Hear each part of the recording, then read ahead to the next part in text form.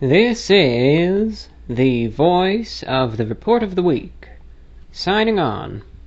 Hello, ladies, gentlemen, and everyone listening to today's program of VORW International, my podcast.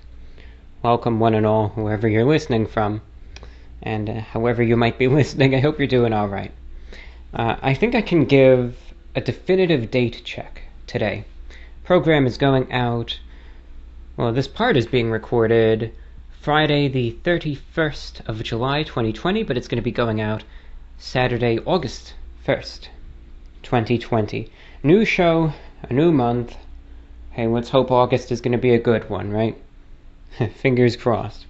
But anyway, I really wanted to fast track this show. I really did. I said, you know what, just step it up a bit. Because it's interesting. I'm really following this. For those of you who don't know, I really do like tropical weather. And we have a hurricane. We have a hurricane about that looks like it's going to hit Florida. Obviously, would you believe my luck? I sit here, and as you're going to hear in today's show, I actually give this lecture as this now hurricane was just a little nothing, thousands of miles away, about tropical weather and how difficult it is to forecast, and that's why you need to try to take it seriously. And then look where I find myself. Maybe I cursed it, I don't know. But the name of this storm, it's a fascinating name, but it's called Hurricane Isaias, and it's spelled I-S-A-I-A-S, so it looks like it should just be Isaiah or Isaias, but it's Isaias. Have an accent on the second I, and it's a 4-syllable word. It's an interesting one, though, but I mean, right now it's like a day or two out, and it's supposed to potentially hit Florida as a hurricane, right up the East Coast, but, it can go further inland or can stay out to sea. It's not going to be the strongest storm in the world. It's going to be a Category 1 or 2 hurricane. Although, watch, with my luck, I'm gonna get this show up, I'm gonna go to sleep, and then I'm gonna wake up 7 hours later and find that the storm rapidly intensified, and, just my luck. But either way, of course I'm gonna ride it out, because it just doesn't seem to constitute too much of a threat to where I am right now, anyway. But there will be impacts, there will be wind, there will be rain, and probably very gusty winds, maybe even a few hurricane force gusts, if not sustained, depends on where it goes. But as a result, I feel like I'm decently equipped for it, but the thing is, if I lose power, if I lose internet, etc., because sometimes that grid can be very fragile, then this show is going to be dead in the water. So that's why I said I just want to step it up a bit, so in case this storm, let's say again, disables electricity and internet and utilities for a while, and I don't know how long it would be, it just depends. I want to make sure this show is done and up and all ready to go for you guys. That's exactly what we're doing. Today's broadcast is probably going to be around 3 hours in length. It's going to focus on a number of topics. I did want to cut in, though, of course, and just give that update about Hurricane Isaias right now, as I am recording this just to keep you posted. Maximum sustained wind is 80 miles per hour, movement northwest at 15 miles per hour. The center of this is located over the Bahamas, and now it's kind of heading northwest to Florida, but over the next few days, it can really go a few ways. It could possibly weaken a bit, wind shear, etc., you never know, but who's to say? In the next few days, again, we'll probably... there's so much variability with the storm, and we'll talk about it a little later. But it could, again, ride straight up the center of Florida. It can go up the coast. It could stay out to sea. But either way, there will be impacts. Maybe not severe. I might not even lose power, but I'm just prepared, just in case. So I'm getting all my metaphorical ducks in a row.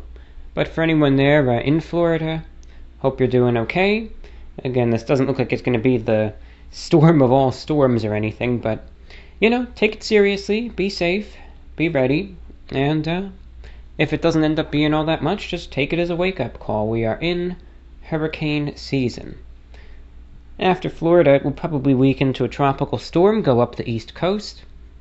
What happens, happens. So, anyone in the Carolinas, but especially further north, along the coast of Virginia, and then even into the mid-Atlantic, Delaware, Maryland, and then further north into New Jersey, New York, Connecticut, Rhode Island, Massachusetts.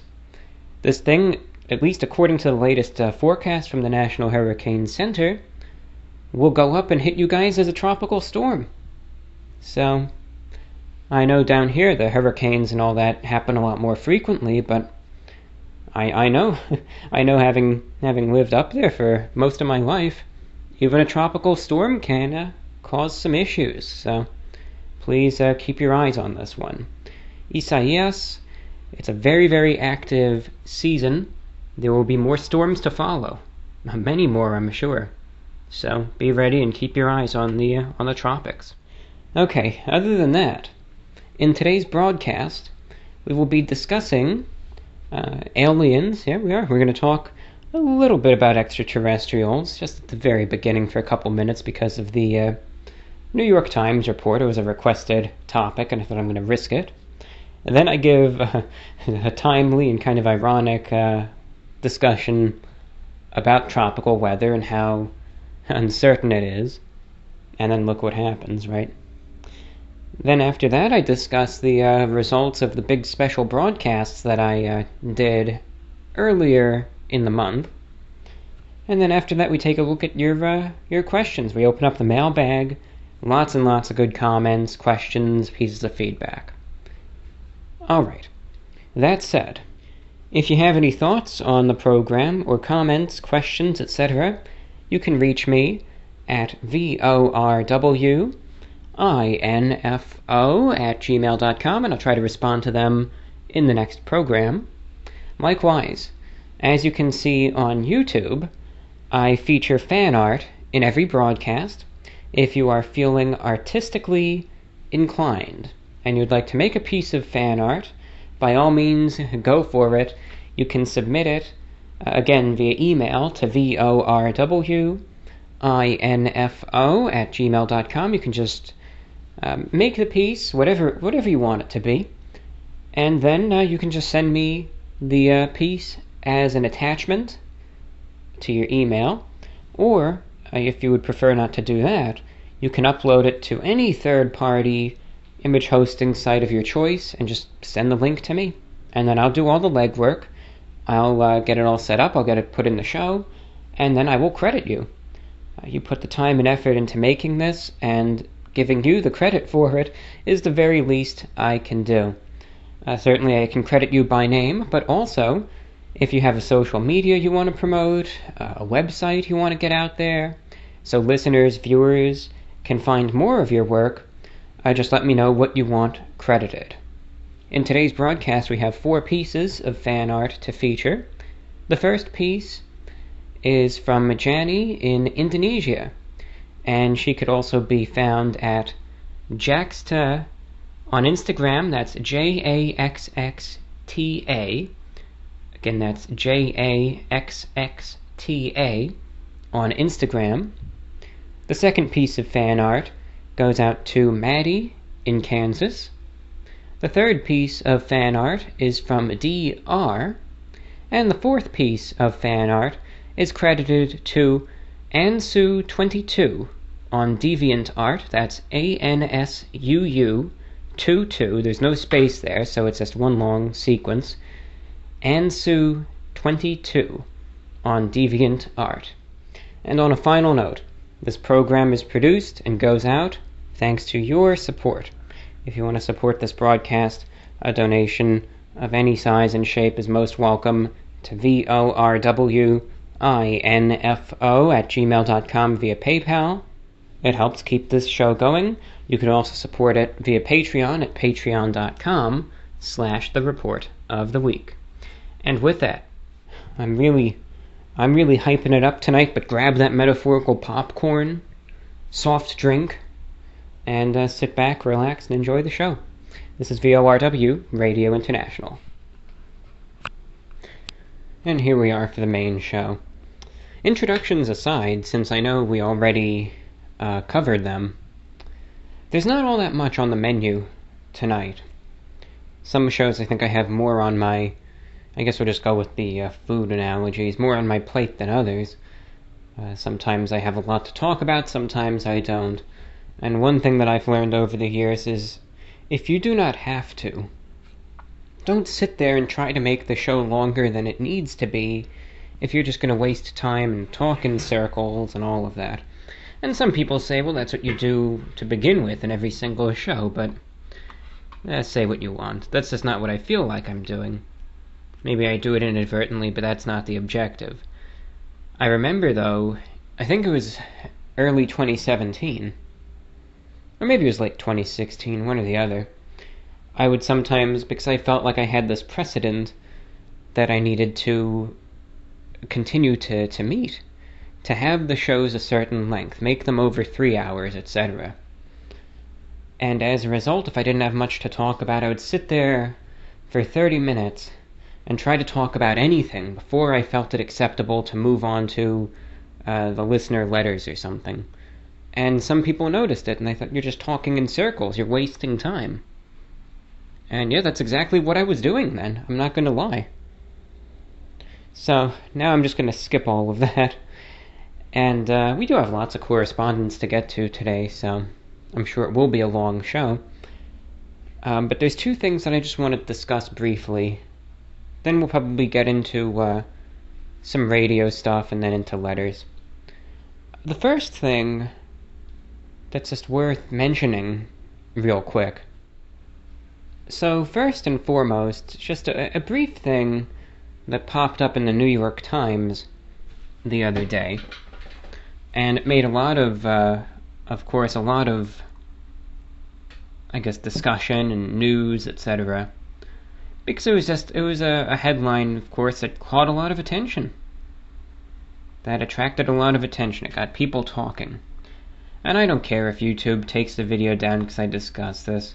If they do, I don't care. Let them shut it all down. If they're going to do it, then fine. Let them shut the channel down. If they consider this a conspiracy theory, I don't care. Go shut the New York Times down too if you're going to do that, though. At least be fair with who you punish. But the New York Times the other day published this article with the headline, "No longer in shadows, Pentagon's UFO unit will make some findings public." For over a decade, the program, now tucked inside the Office of Naval Intelligence, has discussed mysterious events in classified briefings. So the article goes on to pretty much say that the Pentagon had a program to investigate UFOs, and that program is still underway, but it is now inside the Office of Naval Intelligence, and that it continues to study these mysterious encounters between military pilots and unidentified flying objects. That you still have this pretty much secret task force designed to observe and monitor unidentified flying objects, and that it's still funded quite a bit by, our tax dollars. And the one thing misleading about the article is, no longer in the shadows, right? And that they will have to make some things public. Now that's a quote that was taken from Luis Elizondo, a former military intelligence official who resigned in October 2017 after being in that program for the UFO monitoring 10 years. And he pretty much just said it no longer has to hide in the shadows. It will have a new transparency. Now you've seen this a little bit from time to time where certain, types of UFO videos and stuff have been released, and certain statements have been made in recent times by the government. And anyway, then there's a few quotes, a few interviews, etc. The thing is, you have to remember, it's a very interesting article. Certainly look it up and give it a read if you want. There was a correction, number one, that was made in this, where they incorrectly stated, and this was what got a lot of people talking, they incorrectly had a remark from Harry Reid, who was the retired Senate Majority Leader from Nevada, who they incorrectly said that he believed crashes from other worlds had occurred on Earth, and that the materials had been studied secretly for decades. That was incorrect. What he actually said was that crashes of objects of unknown origin may have occurred, and that retrieved materials should be studied. That's a misconception. The first thing sounds like definitely aliens. The second sounds like you might be talking about spy planes or stuff. So that's a misconception. Secondly, though, one thing that does need to be mentioned in terms of this article is that look at the name UFO, unidentified flying object. That does not necessarily imply that it's piloted by aliens. He theoretically could have a UFO that does have alien species in it, but an unidentified flying object could also simply be a prototype spy plane from China. Or it could be a prototype space vehicle that the US is making. Or anything in between, a new type of drone, or a new type of, anything in between. Could also be a UFO.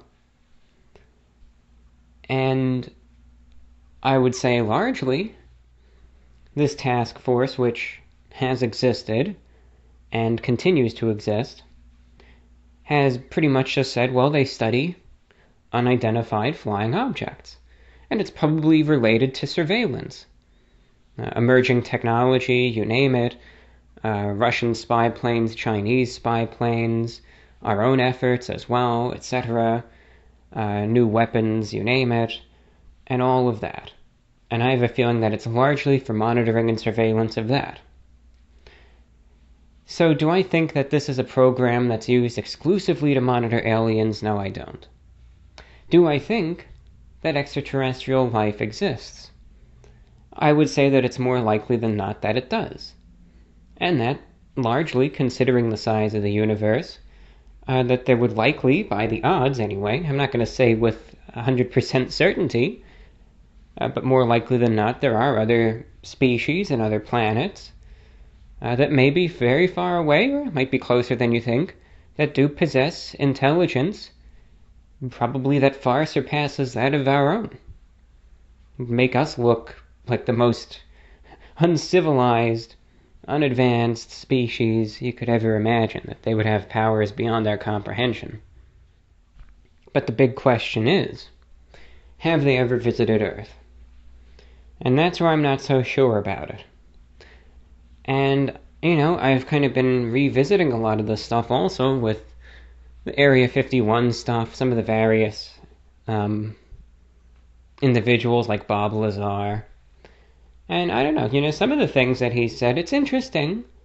It certainly is, but I don't know. Have aliens been to Earth or not? I don't think so. That's just my guess. But who's to say? What proof do I have that they haven't been? I have nothing.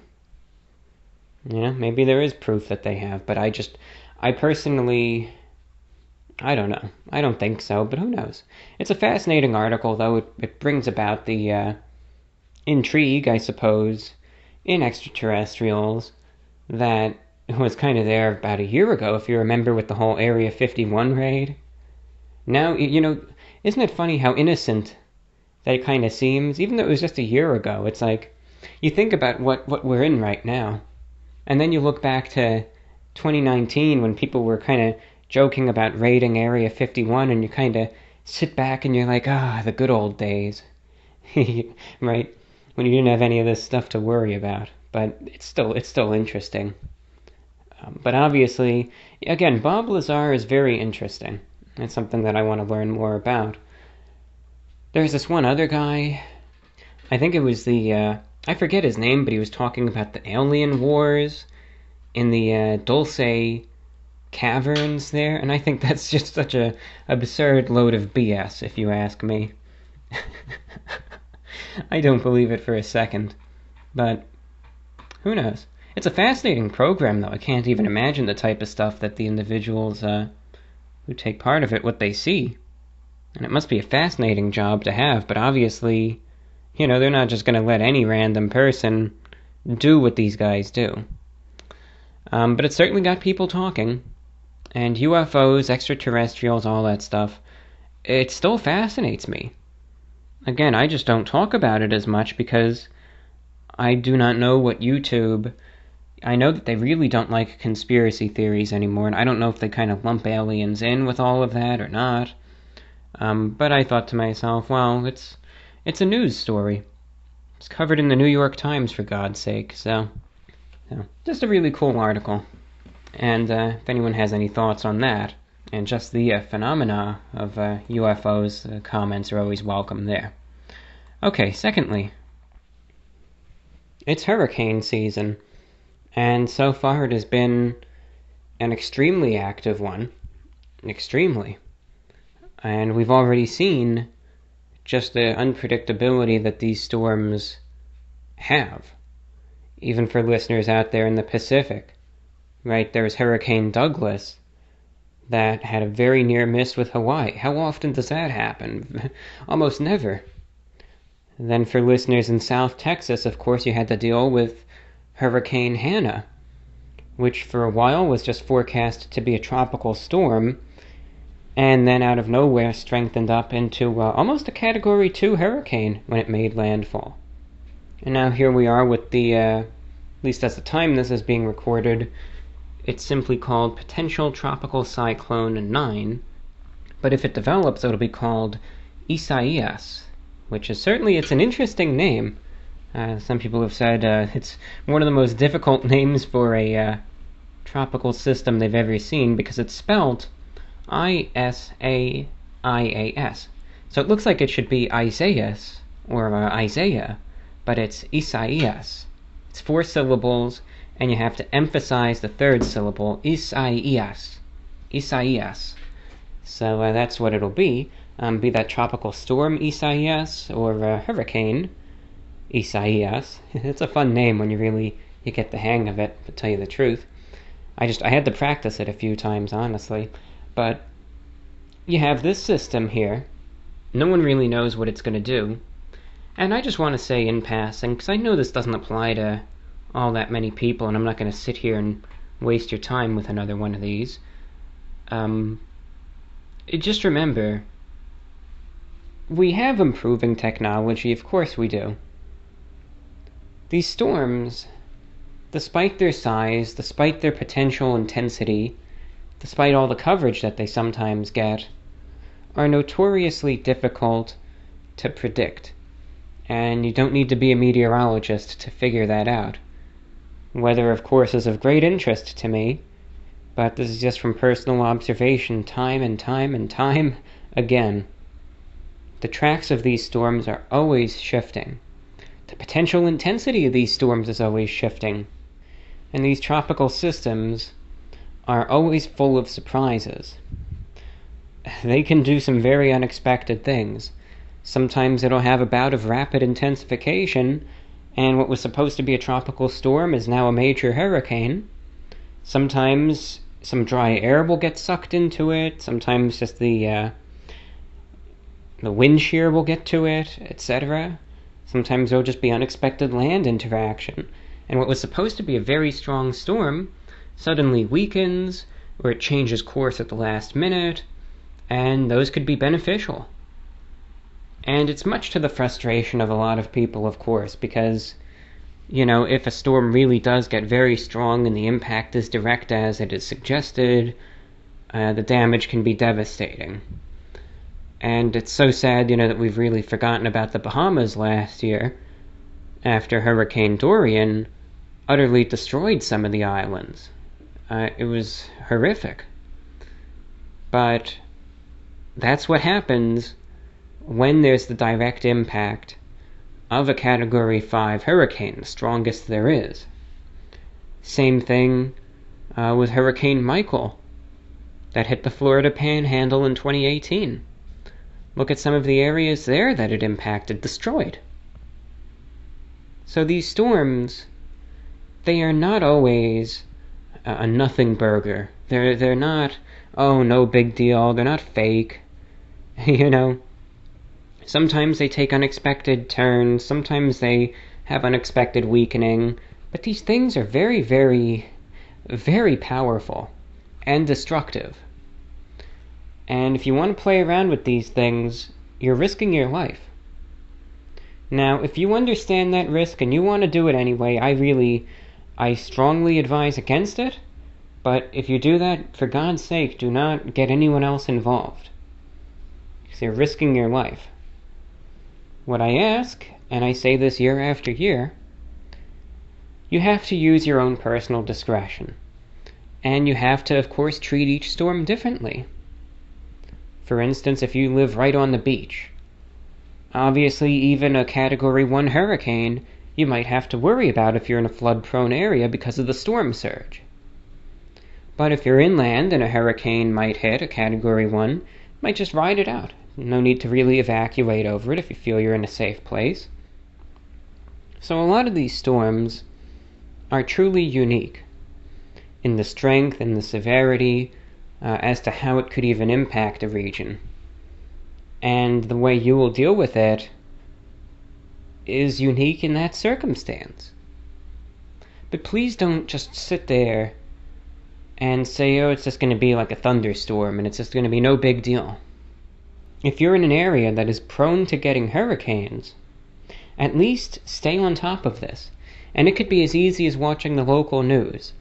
I was watching the local news this evening before I started recording this program.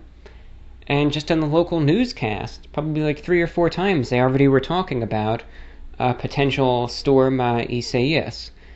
And they were discussing it. That's all that you need to know. You need to know that this thing is out there, that it exists, and for this storm specifically, there is a potential United States landfall as well. We don't know how strong it'll be. More likely than not, the storm isn't going to be a big deal, but watch as, the conditions will be favorable, and then I'll be biting my tongue in a day. But right now, it looks like it'll probably just be a tropical storm, and not a big deal, but this needs to be a wake-up call. At the very least, hopefully it won't strengthen into a hurricane. And God forbid a major hurricane. Right now that doesn't look like it's going to happen, but even if we miss this one, the end of hurricane season is a long ways away, and we've already had so many storms. We're already to the letter I in the alphabet here. We've had so many storms already, it's crazy. And it just looks like it's going to be a really, really active year in terms of hurricanes and tropical weather and all of that. So, just use common sense. Monitor the weather. Check the news. Check the local media. One resource that I recommend using that's a little more detailed, but I think really helps, is tropicaltidbits.com. I've recommended them before, and I'll recommend them again because they are an exemplary resource. They're fantastic.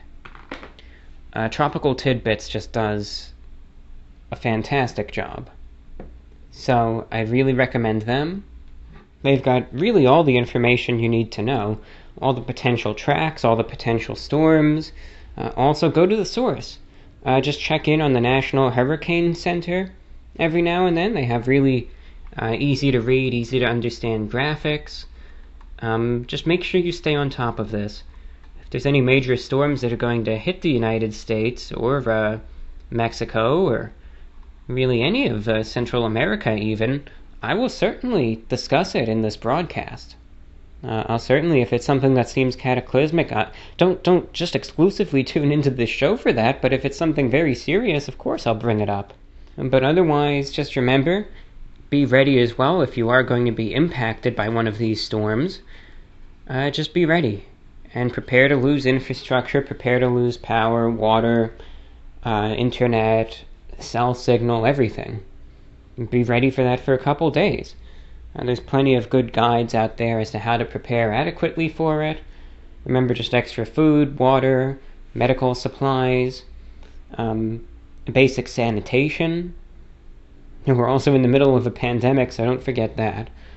And also, of course, means for communication and receiving information, especially a portable radio.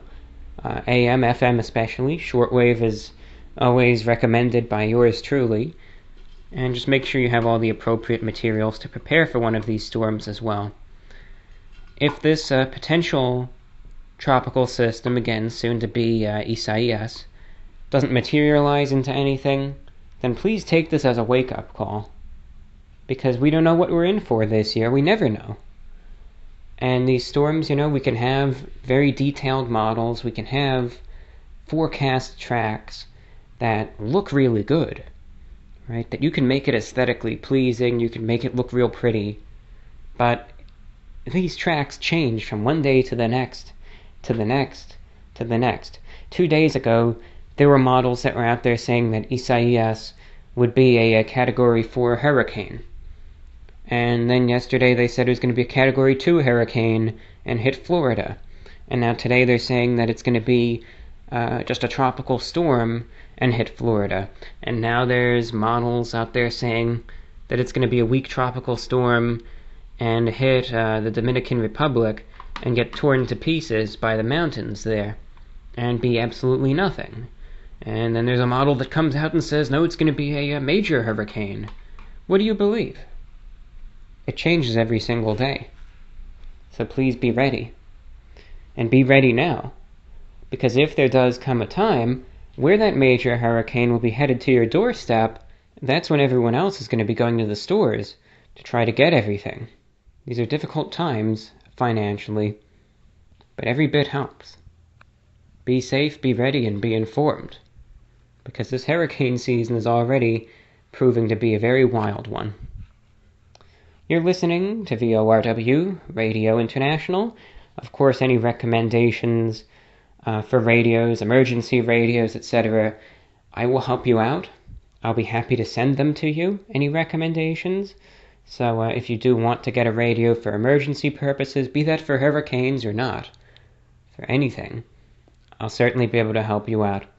So if you're interested in any advice or recommendations or radios to buy, I'll certainly help you out. You can reach me at VORWINFO@gmail.com.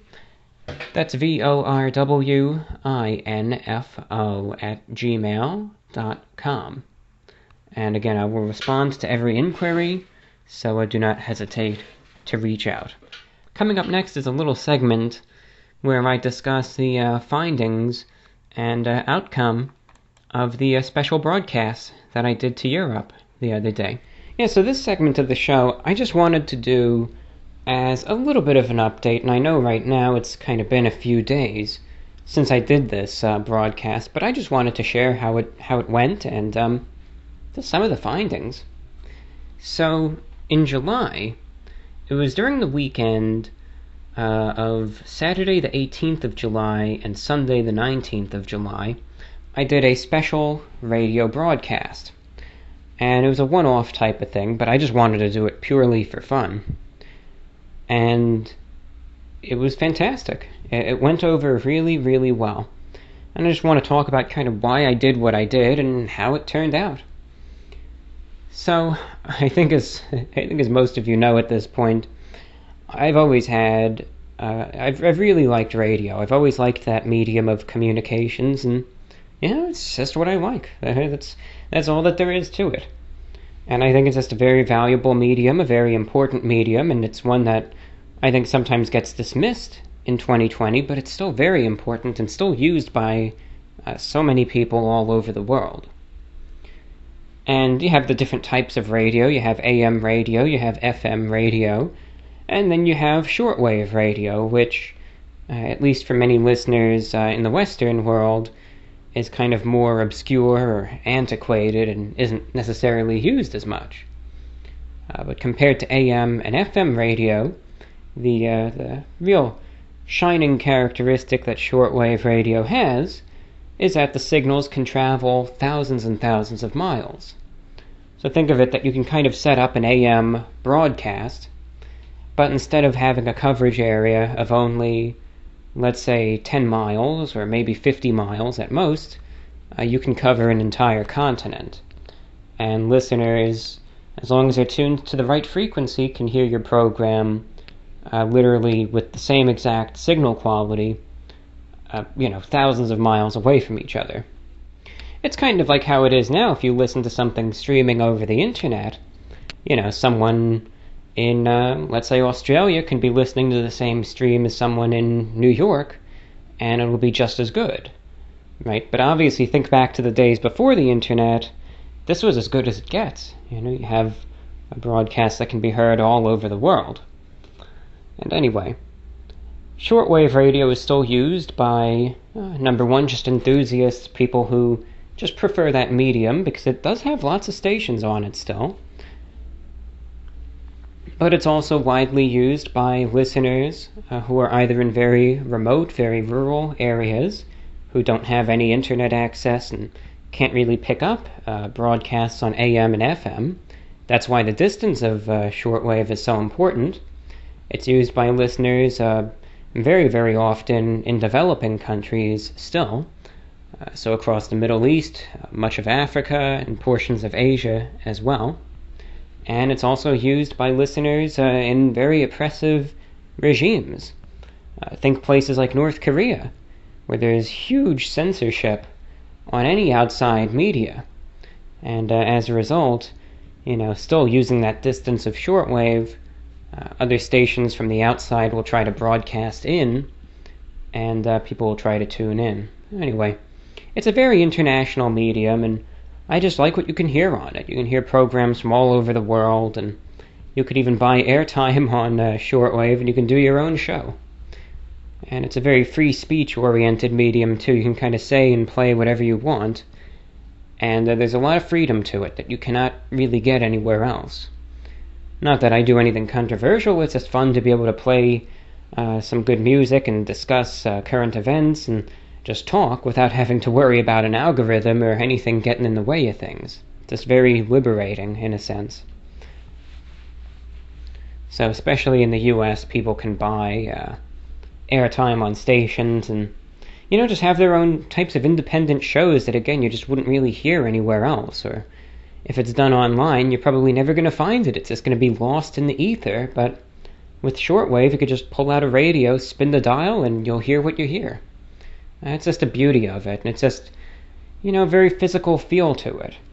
I guess it's the same reason why some people, maybe they like vinyl, they like the feel of it, they like the whole experience, it's another characteristic of it. But anyway, now that that's been established what it is, I do a radio show 3 times a week that's broadcast regularly on shortwave. But of these shows, they all have pretty defined coverage areas. And as a result, I just become familiar with, what parts of the world my broadcast can reach and which parts of the world it can't. So, it was a tradition that I started up in 2016 and then stopped for a while, because I've been doing this show on shortwave since 2015, so it's been a while. But starting in 2016, I decided, for the fun of it, why not, every now and then, save up a couple extra bucks and purchase airtime on a station that you normally either can't afford or aren't able to, and do a special broadcast to a different part of the world. So let's say normally the station that you're on every week can only be picked up, let's say, in the United States and Canada. Well, why not buy a broadcast, just an hour on a transmitter in Armenia and broadcast to listeners across the Middle East and into India and have your show go out to a different part of the world just for the fun of it. It's just for the fun of it. Reach a part of the world that you normally don't. And do a special show. So I did. And that's exactly what I did. The first special broadcast I ever did of my show, I bought an hour of airtime on this transmitter in Armenia with 100 kilowatts, and I broadcast an hour of my show for listeners in India. And it was amazing.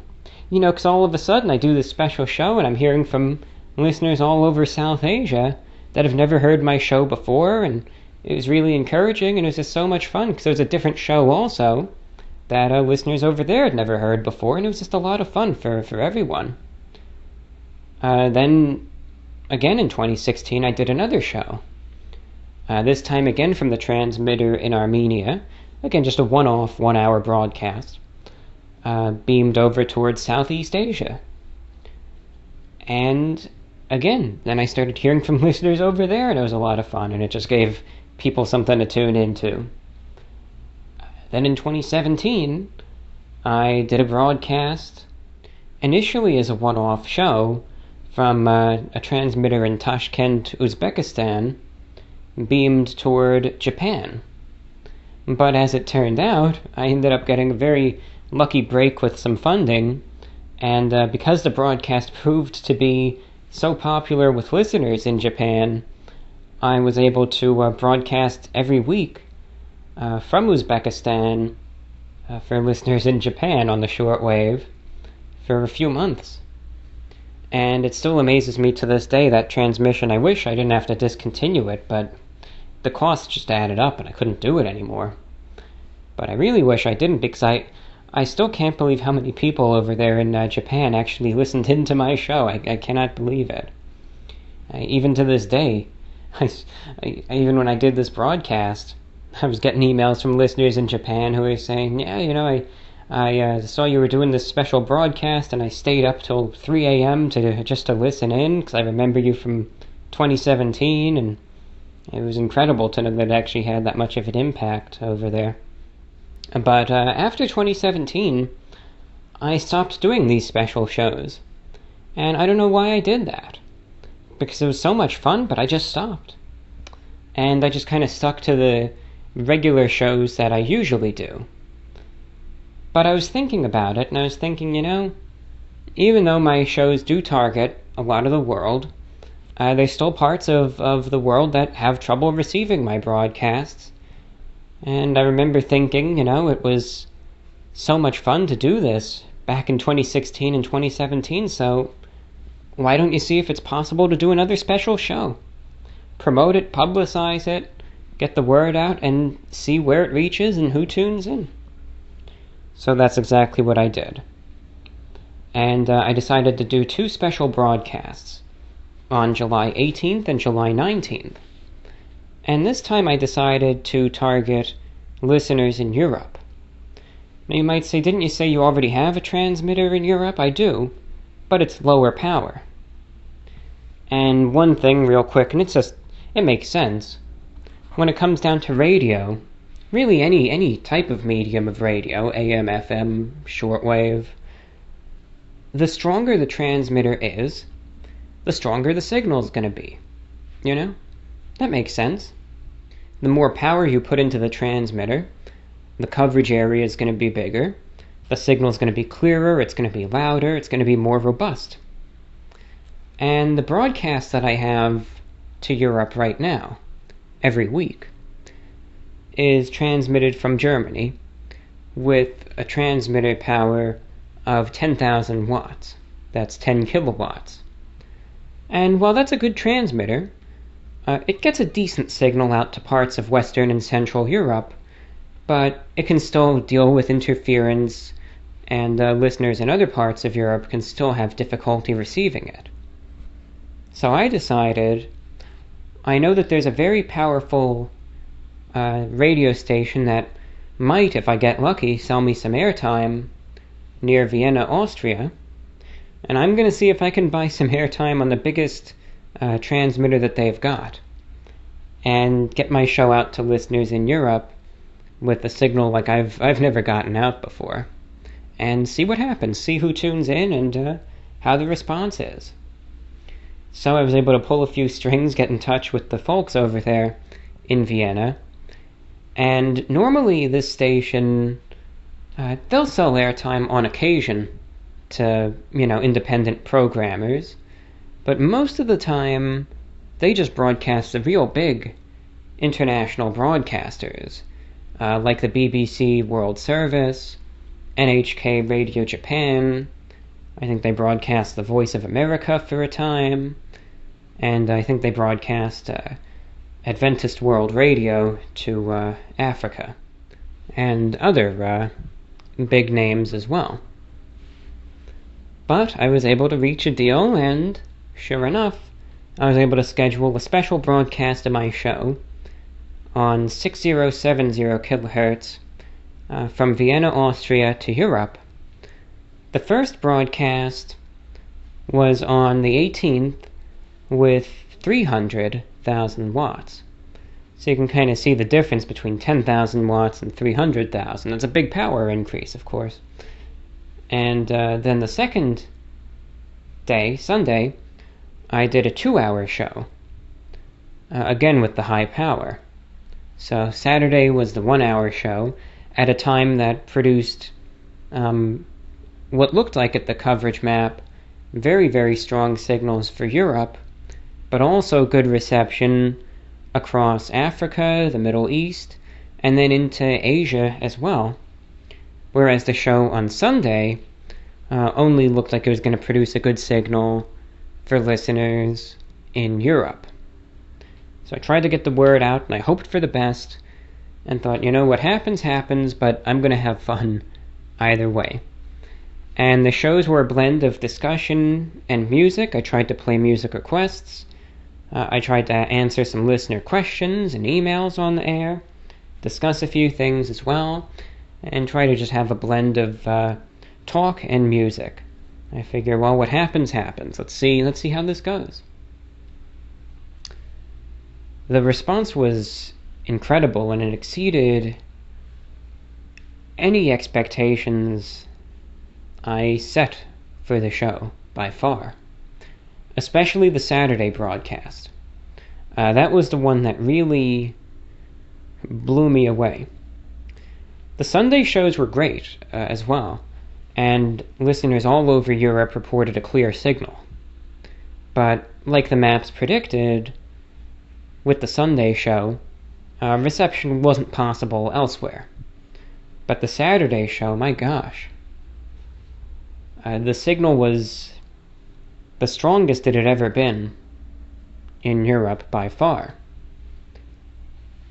But after that, it was heard all across Africa, even down into Johannesburg, South Africa, completely clear.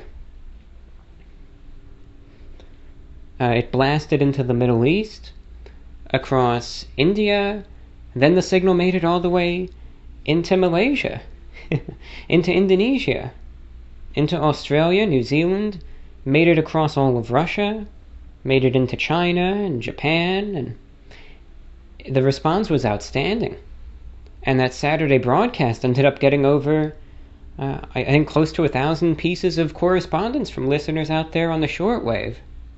So lots and lots of people picked up the show. And you had listeners all over Europe tuning in. You had listeners across all of Russia listening in. And then it was outstanding to see, even though it was nighttime over there in Asia, people were still scanning around, listening in.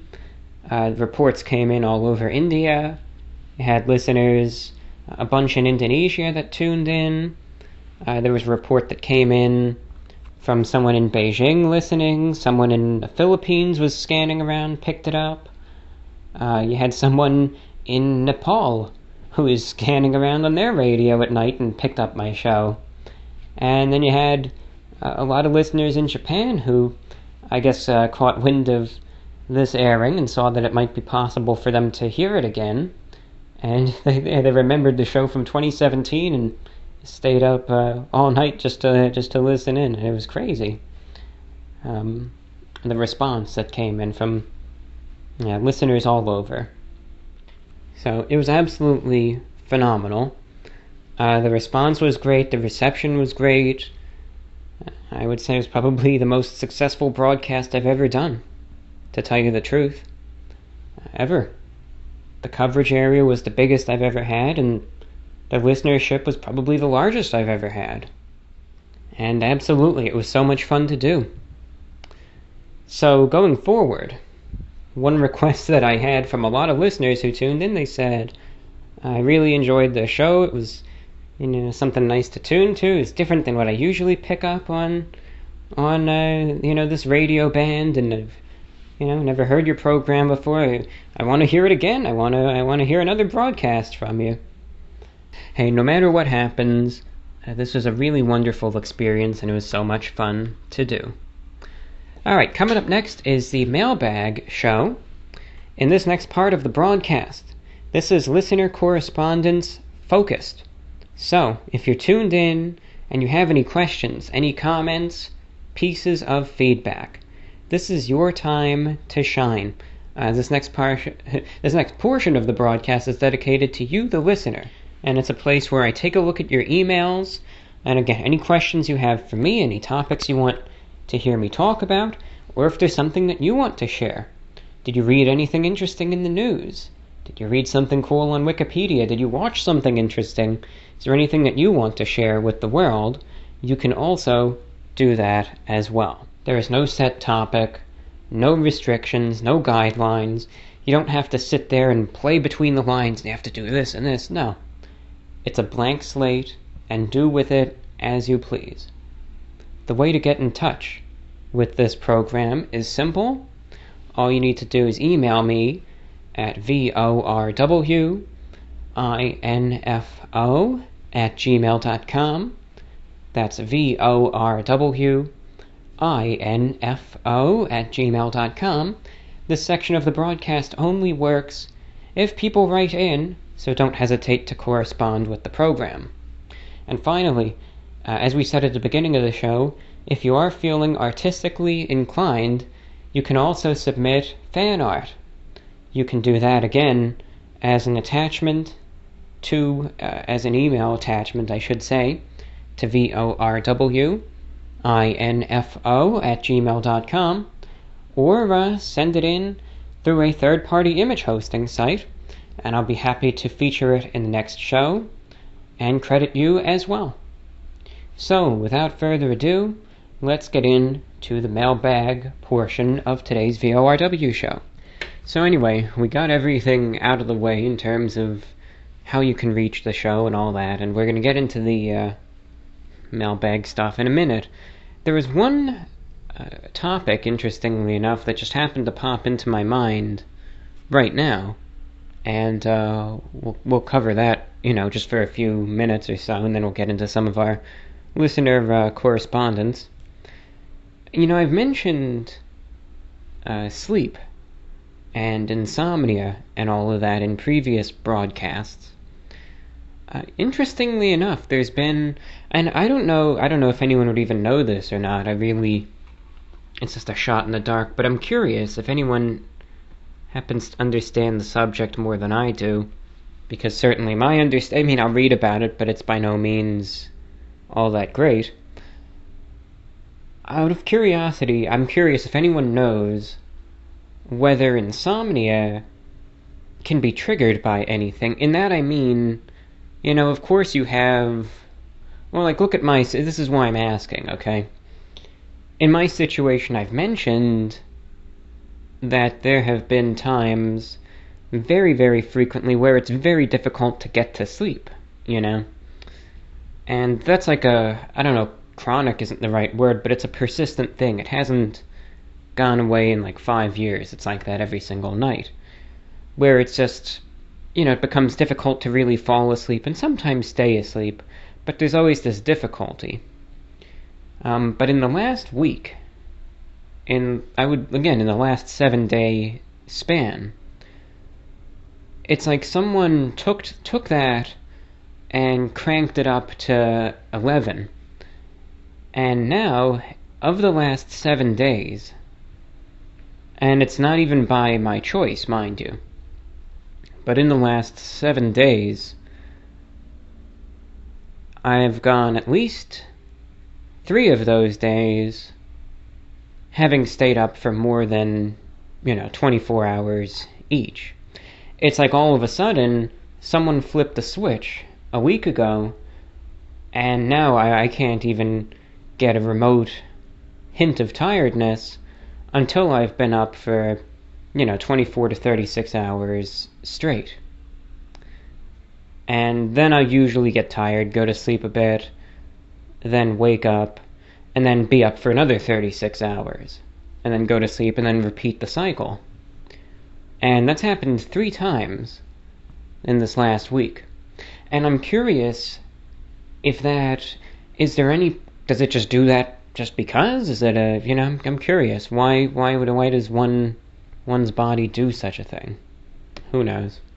But what I figure, when you say stay up for 24 to 36 hours, it's like you have this image that you're lying there in this frustration and, and not at all. I mean, for me, it's just, I figure my attitude toward it is that I'm thankful I can still get to sleep, and while it's mildly annoying, I try to say, well, I have more time on my hands, so maybe I can go ahead and use that time productively.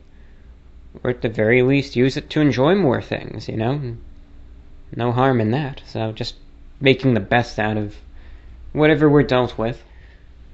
Because some things really are what you make of it, but I'm always curious the way insomnia is. I imagine there's different reasons why it can do this or do that, but like something, such a sudden shift, which is not relative to any habit changes. So it's not like I really suddenly made a change and I started doing this and then all of a sudden, cause and effect, you have this happening as a result. It's just like out of the blue one day, now all of a sudden you don't get tired until you've been up for like this extraordinary amount of time. I'm just curious why, I don't know, maybe it just does it because it does. That's all that we've got. But either way, I don't know, just a miscellaneous point to raise up, I suppose. Into some of the listener letters now. I said I wasn't going to dwell on that for more than a minute or two, and hopefully I stayed true to my word. I doubt it. Probably when I check the audio recording after the fact, I'll find out that I talked on this for like 30 minutes or something, but anyway. I don't have the emails even marked down at this point, and I know that's unprofessional of me, but we're just going to kind of go from one page of correspondence to the next, and we're just going to sort through it and figure this out, so please bear with me. First email up comes in from John, says, writing in from my other email account, and thanks for reading my letter on the last VORW. I feel like your food reviews and other videos never fail to impress anyone at all. It's obvious that you're very intelligent. Once again, I have 3 questions for you. 1. I've listened to one of your VORWs in the past, and you previously shared your encounter, a strange experience at 4 in the morning. Do you have any other strange or scary encounters and experiences at nighttime or daytime? Now, that's an interesting question. Well, normally I don't really go out all that much, so that kind of minimizes the potential there for any of that. No, normally I just keep to myself at this point in terms of going out. I just stay in, and I know if I were to pick my brain, I would, be able to come up with something, I'm sure, but no, nothing at the moment. Nothing really at the moment. Some interesting experiences with wildlife, but I think I'll cover that another day. But I'm sorry I don't have any sort of pressing things to discuss there. But following this up, you also ask, I cannot find the video, but I recall you explaining why you do not partake in night walks anymore. But I never got to the reason why, because my Wi-Fi cut off on me. Why is it that you do not do night walks anymore? No, I still do. I just don't record the show with night walks anymore. And that's just a matter of personal preference. But also, it's just, a lot of the areas it just doesn't work all that well for it. I mean, if I were really, really determined, I suppose I could lug everything with me. But You know, now that I use this older microphone again, this would actually work out better if I ever wanted to, but again, it just comes down to if you want to or not. But before, for at least like the last year and a half, when I just have used the professional setup, it was impossible to do it with that. You literally can't. Or if I did, it would be a very comical thing to see. I would have to bring a little trolley with me and a power supply and a computer and the microphone and then everything, and it would just be, I would have to wheel this little trolley around behind me, I guess, and that'd be stupid. That wouldn't work. All the equipment, I couldn't just carry it, and I would need, again, a power supply, and that just wasn't, that was never going to happen. So, that's why. Otherwise, in the past, especially, I would say from like parts of 2016, again, for a few years, night walks also weren't possible, simply because the area that I was in wasn't really good for night walks. Now I'm able to do them again, but it's just, I personally prefer not to really bring the recording process out into that environment. I don't know, I just like to record the shows in a certain place right now, and that's it. I don't know, it just helps with the mentality, you know?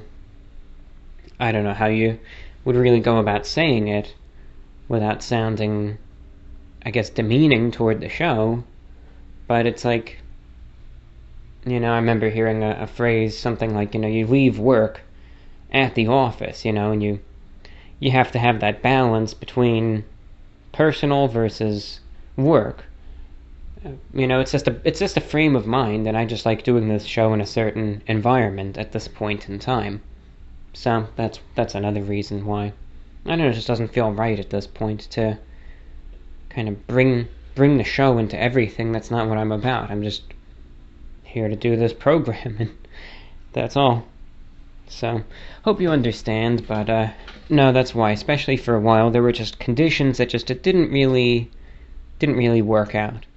And 3, you write, since you do not like Steak and Shake anymore, where does it rank in your list of favorite fast food / restaurant list? Thank you and take good care of yourself, from John. Thank you, John, for your questions. You know, I can't really say definitive rank, but it would be at the bottom now. I kid you not. It would be at the bottom. It would be down there. I cannot really think of any sort of circumstance that would motivate me to go there again. And that's a statement, all right, but I believe in it. I stand by it. I just don't see it. Because since I had that one experience there, and I guess it was in May at this point, with that really just that god-awful encounter, and just the terrible food, the terrible service, the terrible wait time, I have not gone there since. I have not gone to any Steak and Shake. And to tell you the truth, I do not even feel motivated in the least to ever go there again. I don't. Now, some people, they might say, well, do you miss the fries? Yeah, no, I don't. Do you miss the drinks? No, not really. Do you miss the burgers? No. Why, look, I miss the old Steak and Shake. I don't miss that absolute pile of garbage down the street that I can go get right now. I do not. I don't miss it one single bit.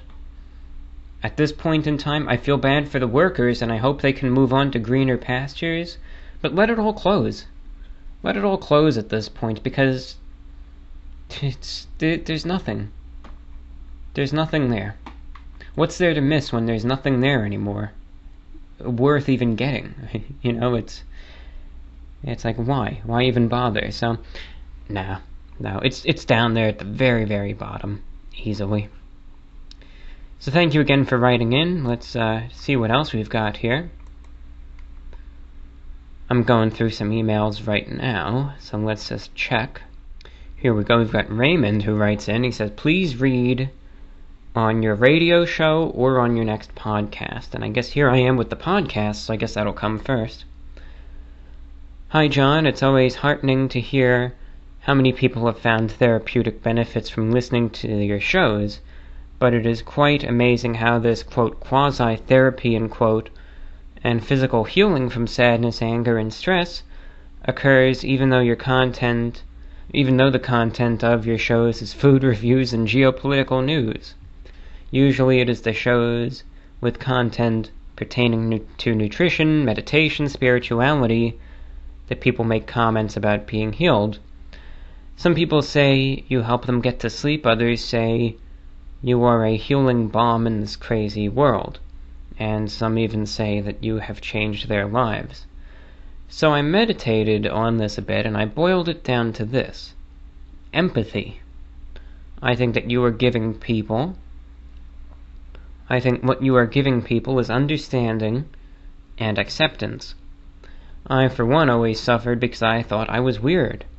For example, I drink water constantly to stay hydrated and have anxiety, and get migraines and take night walks, and I'm an Art Bell fan. I hate how society is so indifferent to each other.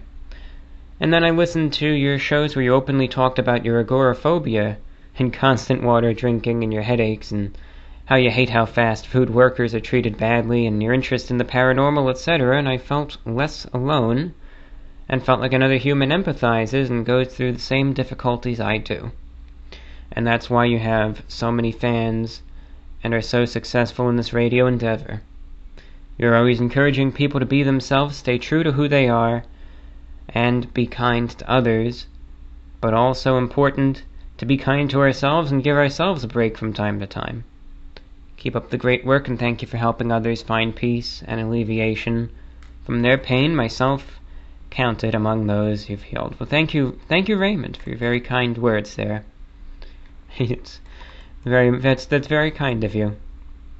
It's nicer than anything I could ever say about this program of mine, but I think it's awesome that you're able to get something out of this show. You know, I don't do this show with the objective to try to help anyone.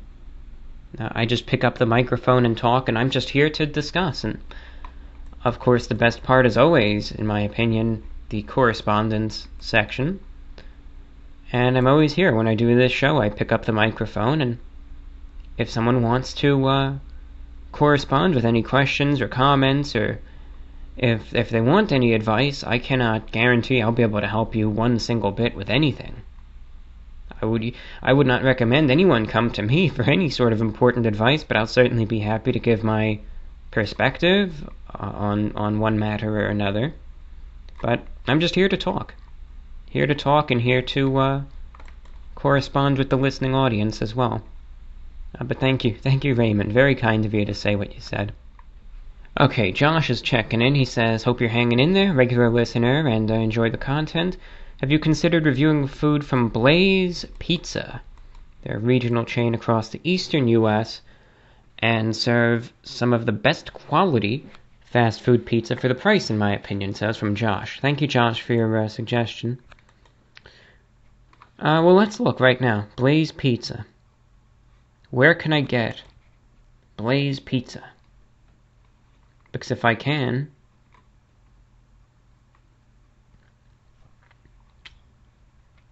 where's this one at? Well, no, that one's off the table. That one, see, I got my hopes up. Because I'm looking on Google Maps right now, and I'm looking around, and there's not a ton in Florida. But there's a couple. There's a couple. I don't know. If the opportunity presents itself and everything, is right, I'll be happy to give it a shot, try it out. So, I think there will be a review at some point for Blaze Pizza. I think there will. Let's check their website out while we're at it. Blaze Pizza. They were founded in 2011, so they're actually a fairly new company. Blaze Pizza LLC, is a Pasadena, California-based chain within the fast casual dining restaurants category. You know what I think of whenever I hear fast casual restaurants? I always think of what all of these, big fast food places are trying to be now. Fast casual. You hear that term so often. And that's like what every single, even McDonald's now. It wasn't like that. McDonald's used to be fast food. But now I feel like a lot of these places, McDonald's, Wendy's, Burger King, Taco Bell, KFC, really any fast food restaurant, tries in certain ways to adopt to the fast casual attitude and style, especially. Stylistically, when you look at the aesthetics of these establishments, let me ask you this right now. When you look, aesthetically speaking, I'm not talking about quality, nor am I talking about service. What do all of those places and many more have in common? Yeah, I was giving the little time to answer. That's a joke. What do they all have in common? Well, to me anyway, I think that they all look the same. In that, look at the architecture of these buildings. Every single one of these places is the same cube-type building, at least here in the United States, and it's a fairly recent change. This is something that's only happened within the last probably 5 years or so. All of these places are this cube-looking thing. They all have this, pretty modern design. They try to have a little bit more of minimalism is the best way to describe it. Sometimes darker colors, sometimes not. But they always try to look like they're a step above fast food, even when the stuff that they're pumping out is just the same quality as it was beforehand. All of them have changed the buildings, and they all try to make them look slightly, very, very slightly more modern and refined than their previous architectural designs. And now, as a result, you have all of these just cube-like, identical buildings. They all are the same, all of them. Usually have a big glass window, and it's funny when you really pay attention to it. All the same. All the same cube design. And that's a fairly recent thing. I remember, I think you could go back to 2016 when the architecture of all of these major fast food places kind of changed. Because I remember in 2016, simultaneously, in Virginia and North Carolina, you had the Taco Bells and I remember the McDonald's up there were all getting remodeled, all getting redesigned. Then in 2016, the one in Florida was as well. Then a little later, the one in New Jersey was, and now they all look identical. But that's what I think of when I think of fast casual. I think of these wannabe fast food places trying to persuade people that they are somehow better than what they really are. And that's the end result. But I'm jaded, and I'm letting that show right now. I got a little distracted. But looking at the website of Blaze Pizza, let me tell you, it's just when I saw on Wikipedia here, fast casual, it just kind of made me laugh. Oh boy. No, you know what? Let's not even... No, forget about any sort of bias. Ignore that. Just keep going. Because I just read, it said founded in 2011 by Elise and Rick Wetzel of Wetzel's Pretzels. Blaze Pizza was modeled after the Chipotle concept as a made-to-order approach to serving customers. You may say, why did you hesitate? That's kind of weird of you. Because Wetzel's Pretzels, I had them once and it was probably the worst pretzel I ever had in my life. And I'm pretty sure I don't want to incorrectly say this, but I believe I made, November 7th, 2015. You can look it up. It's on the Report of the Week channel, and it's called Wetzel's Pretzels Rant, the worst pretzel of my life. And since it's my own content, I'll play the audio for you. Let's hear what I had to say about Wetzel's Pretzels. This is from 2015. Now, things might have changed in 5 years, but let's hear it. Let's hear what 2015 me had to say about Wetzel's Pretzels. Alright, let's listen in. Wetzel's Pretzels. You know, back in the day, there used to be a pretzel place called Auntie Anne's. And they had good pretzels, you know? They had some good pretzels. Well, they eventually got knocked out. I don't know why. Maybe they lost the contract for this place. I have no idea, but Wetzel's Pretzels came in. They look just like Auntie Anne's. Same products. Same exact product. They got the pretzels. They got pretzel bites, pretzel dogs, everything that Auntie Anne's has. So I got them today. I'm sitting there. I'm eating it. And I will have to say one thing about Wetzel's Pretzels is that they 100%, I will say this, 100% certainly, this has been the least satisfying soft pretzel I have ever consumed in my entire life. They put salt on it, it's covered in grease, and doesn't do any justice for it whatsoever. Wetzel's Pretzels, ladies and gentlemen. Yeah, I remember trying it, and I remember I was just so upset by it because, you know, a little bit of the backstory, like I was saying, there was Auntie Anne's pretzels, and it was just... Auntie Anne's pretzels, I was always a fan of. I always liked them. Some people now say that it's gotten worse. Maybe they have. And maybe Wetzel's Pretzels has gotten better. That's the thing. But I remember I tried it and it was just like this oily, disgusting, flavorless, just blob of dough, and it was terrible. And I never had it again. It was that bad. And I titled the video so aptly, Wetzel's Pretzels Rant, the worst pretzel of my life. And, yeah, with the one comment here, it says, he wasn't even planning on reviewing this, but it was so bad he had to break out the camera and give it an impromptu. Yeah, pretty much. That's how it was. I wasn't planning on critiquing it at all. It was just that terrible. So, that's why, because when I see that the people that created Blaze Pizza are responsible for that, I always I think, oh no. But, no, I've heard lots of good things, and that's why I said forget about any sort of bias, ignore that. You know, pretzels and pizza, two different things. And I'm looking at the pictures of the pizza, and look, it looks good. Looks good. It looks like it's on another level compared to, let's say, Domino's or Pizza Hut or Papa John's. It is, of course, takeout pizza, but it's still... It looks like it's on that next step, quality-wise.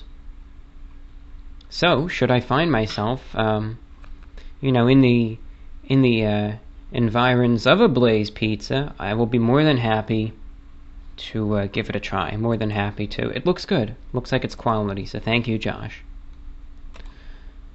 Tony writes in, says, I was listening to one of your older VORWs from 2015 and came across an interesting story from your past involving a haunted hotel, and you briefly described spending a few nights in the famous Stanley Hotel in Colorado, which the Stephen King novel The Shining was inspired by. Since the publication of the novel, Stanley Hotel has gained a reputation as being haunted, and several paranormal investigators have featured the hotel in their TV shows. Could you elaborate on your experience staying in the hotel? How was your room? What was the general atmosphere of the hotel like? Was the food tasty? Kind regards from Tony. Alright, thank you, Tony. Yeah, the haunted hotel. The Stanley Hotel, yes indeed, that was in Colorado there. I always like Googling these just to get a little bit of a refresher course, but the Stanley Hotel, Estes Park, Colorado. I think we actually have a regular listener over there in Estes Park. But Estes Park, Colorado, I should say, regardless of the hotel or not, is a beautiful place. If you ever have the chance to travel to Colorado, I would recommend it. It's a, mostly like very tourism-based, but if you like the scenic nature, it's really, I would recommend it. It's beautiful. It's breathtaking. And it was the first time I had ever, first and last time so far. I don't say that in a bad way, it's just the truth. I've ever been to Colorado or out west, really. But it was a magnificent place. It was in 2011, and it was during the summer months. I think it was even... It might have been July. It might have been. I think it was. July of 2011. And what amazed me is the fact that, because you're so used to having, the summer heat and all of this, you still are not used to seeing this juxtaposition of even being there and standing outside in this, let's say 70 or even 80 degree air with short sleeves and able to look just a few dozen miles away at these snow-capped mountains. It's like, it's such a fascinating contrast between just the, you see the snow and everything, but it's so warm where you are. How can that possibly be, right? But it's breathtaking. And for the view alone, it's worth it. You're there, you see these beautiful mountains, you can go up, you can do so much. It's beautiful. And I went up to, drove up to the tops of a lot of those mountains, scenic drives, etc. But I will say, you certainly have to acclimate yourself. Otherwise, you do it too quickly. You might feel a little lightheaded, you might feel a little queasy, etc. I was okay. I think maybe the first time I went up one of them I was a little iffy, but then the second time, then eventually, of course, went to Pikes Peak on a little train or whatever that is, and that was fine. That's a pretty high altitude place, but I wasn't feeling weird or anything. I remember there was one guy in the group who was obviously not feeling good from being at that altitude, and I don't even think he even was able to move around at all. He just felt that nauseous, and I felt bad, but everyone reacts to altitude differently. And I'm thankful that I was able to experience that. But back on track to the Stanley Hotel in Colorado. Now, even that, it is in the mountains. You're not at ground level at all. You're several thousand feet up at least. Probably more since it's in the mountains. But anyway, yeah, the Stanley Hotel. That's the famous hotel. Now, one thing that does need to be clarified. This is the hotel that the Stephen King novel, as you mentioned, was based around. This is the hotel that it was. This is not, and I say again, this is not the hotel that the Stanley Kubrick film, The Shining, was filmed in. Alright? So The Shining, the 1980 Kubrick film, I want to know where that even was. Yeah, the Kubrick film, I think was just, you had the sets that were all made, and it was just on the sound stages over there. And I guess some exterior locations were filmed at various, hotels, etc. But all the interior stuff was all just Hollywood sound stages.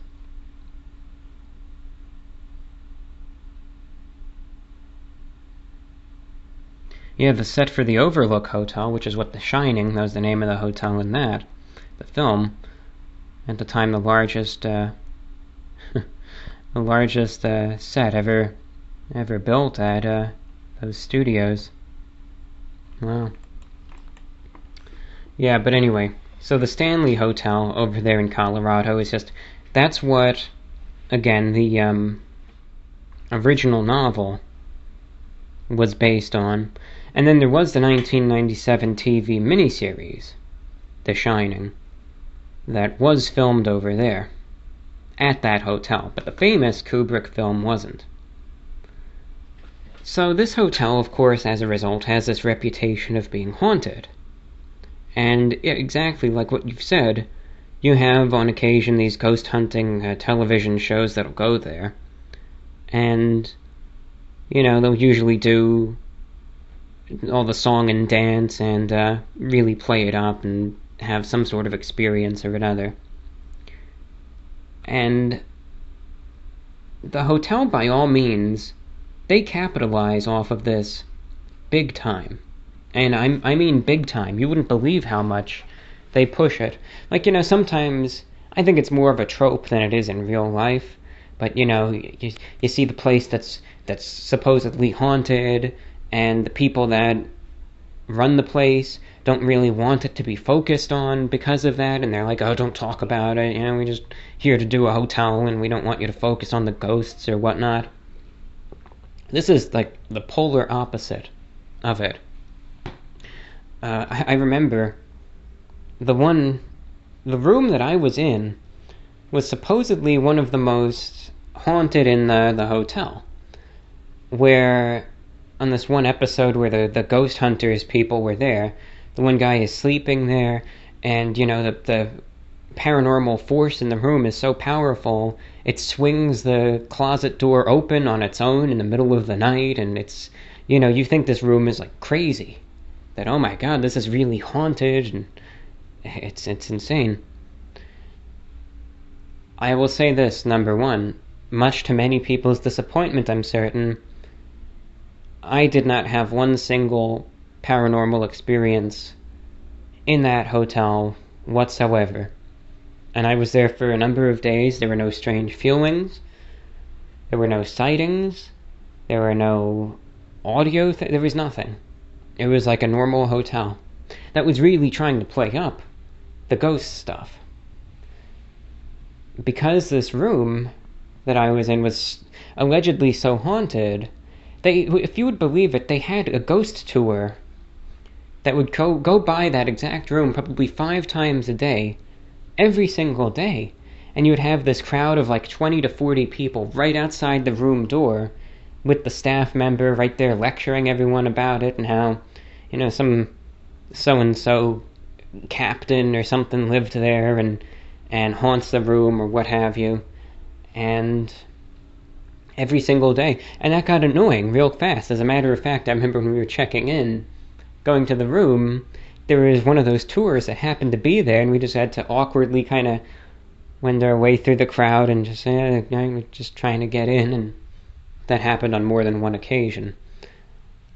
Then another thing is that they had their own television channel at the hotel that all it ever did was play Stanley Kubrick's The Shining on a 24-hour loop. And I think that was the default channel that the TV would be set to when you would turn it on. And it wasn't even filmed at that hotel either, but it was kind of funny. They just played that over and over and over and over. And then they had more ghost tours, and so they were really playing it up, but I didn't have a single experience there. And to tell you the truth, I don't even think that hotel is even haunted, honestly. I don't know, there was nothing. So that's just what it's come down to.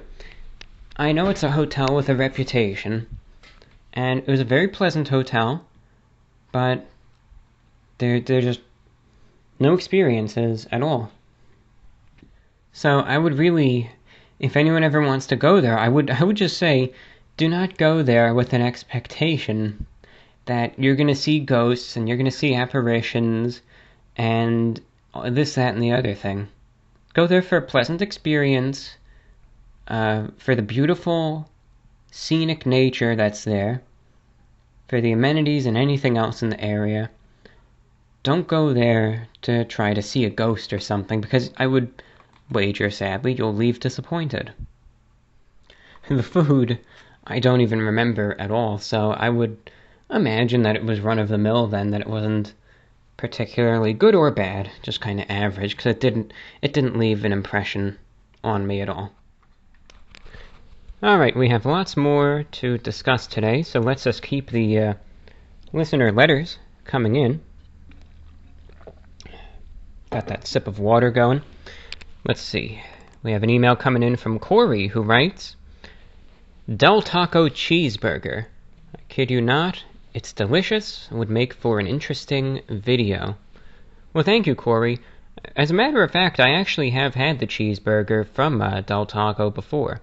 So I know for a fact that I haven't done a review of it. So you're correct there, but I actually have tried it before. Del Taco, they're a taco chain. I think they're more West Coast than East Coast, but there's a few, here and there. And, of course, in addition to their tacos, they sell a hamburger as well. And in my opinion, I agree with you. I think it's an underrated item. I think it's pretty good. It tastes good. And yeah, it's not the best, but for a place that just specializes in tacos and Western cuisine, I don't know, I'd say they do a good job. And absolutely, it's pretty good. I might do a review of it one day, because I've tried it before, and I like it. It's just, I don't know, it's just a good item. So thank you for writing in. Short email there. Next question or email comes in from Gabby in Maryland. Says, great shows and great work as always. Thanks for creating so much content as of late.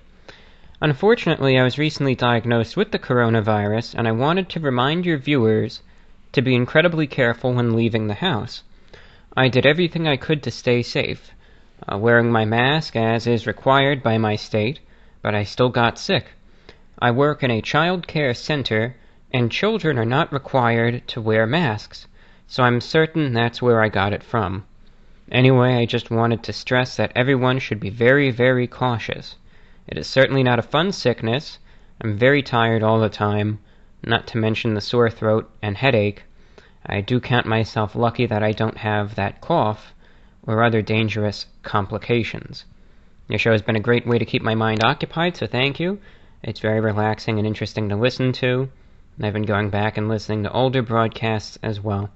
Stay well, and thank you as always from Gabby in Maryland. Oh, thank you, Gabby, for writing in.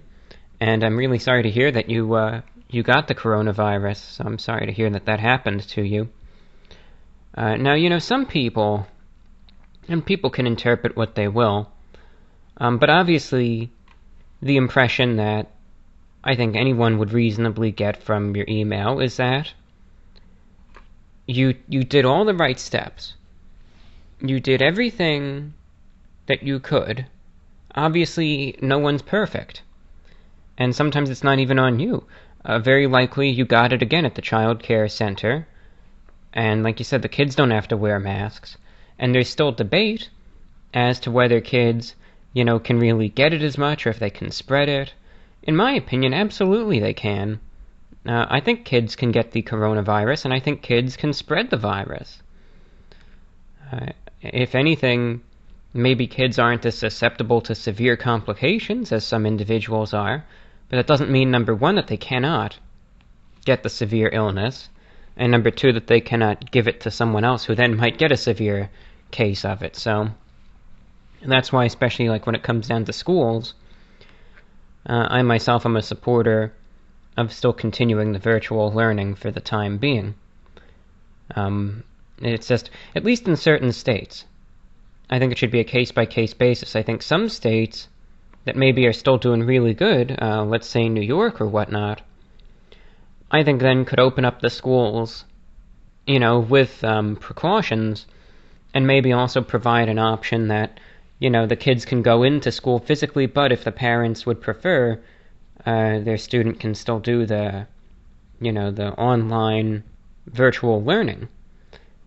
The one thing about the virtual learning, of course, is that I feel that it does bring down the quality of education, and that the experience just is not the same. But when you have this virus going around, it just is what it is at this point. Health comes first. Because if you die from this, what does it matter if you get an in-person education or not? So health comes first, and then when things get better, things can be made up if necessary. But here in Florida, for instance, I think, especially in a hot spot like this, I think schools should be virtual for the time being, but again, as the situation either gets better or gets worse, then changes need to be made accordingly. But, that's how you got it, obviously. The kids spread it, and probably at no fault of their own. They didn't know what they're doing, You just need one kid that's asymptomatic, and they don't know. They don't know.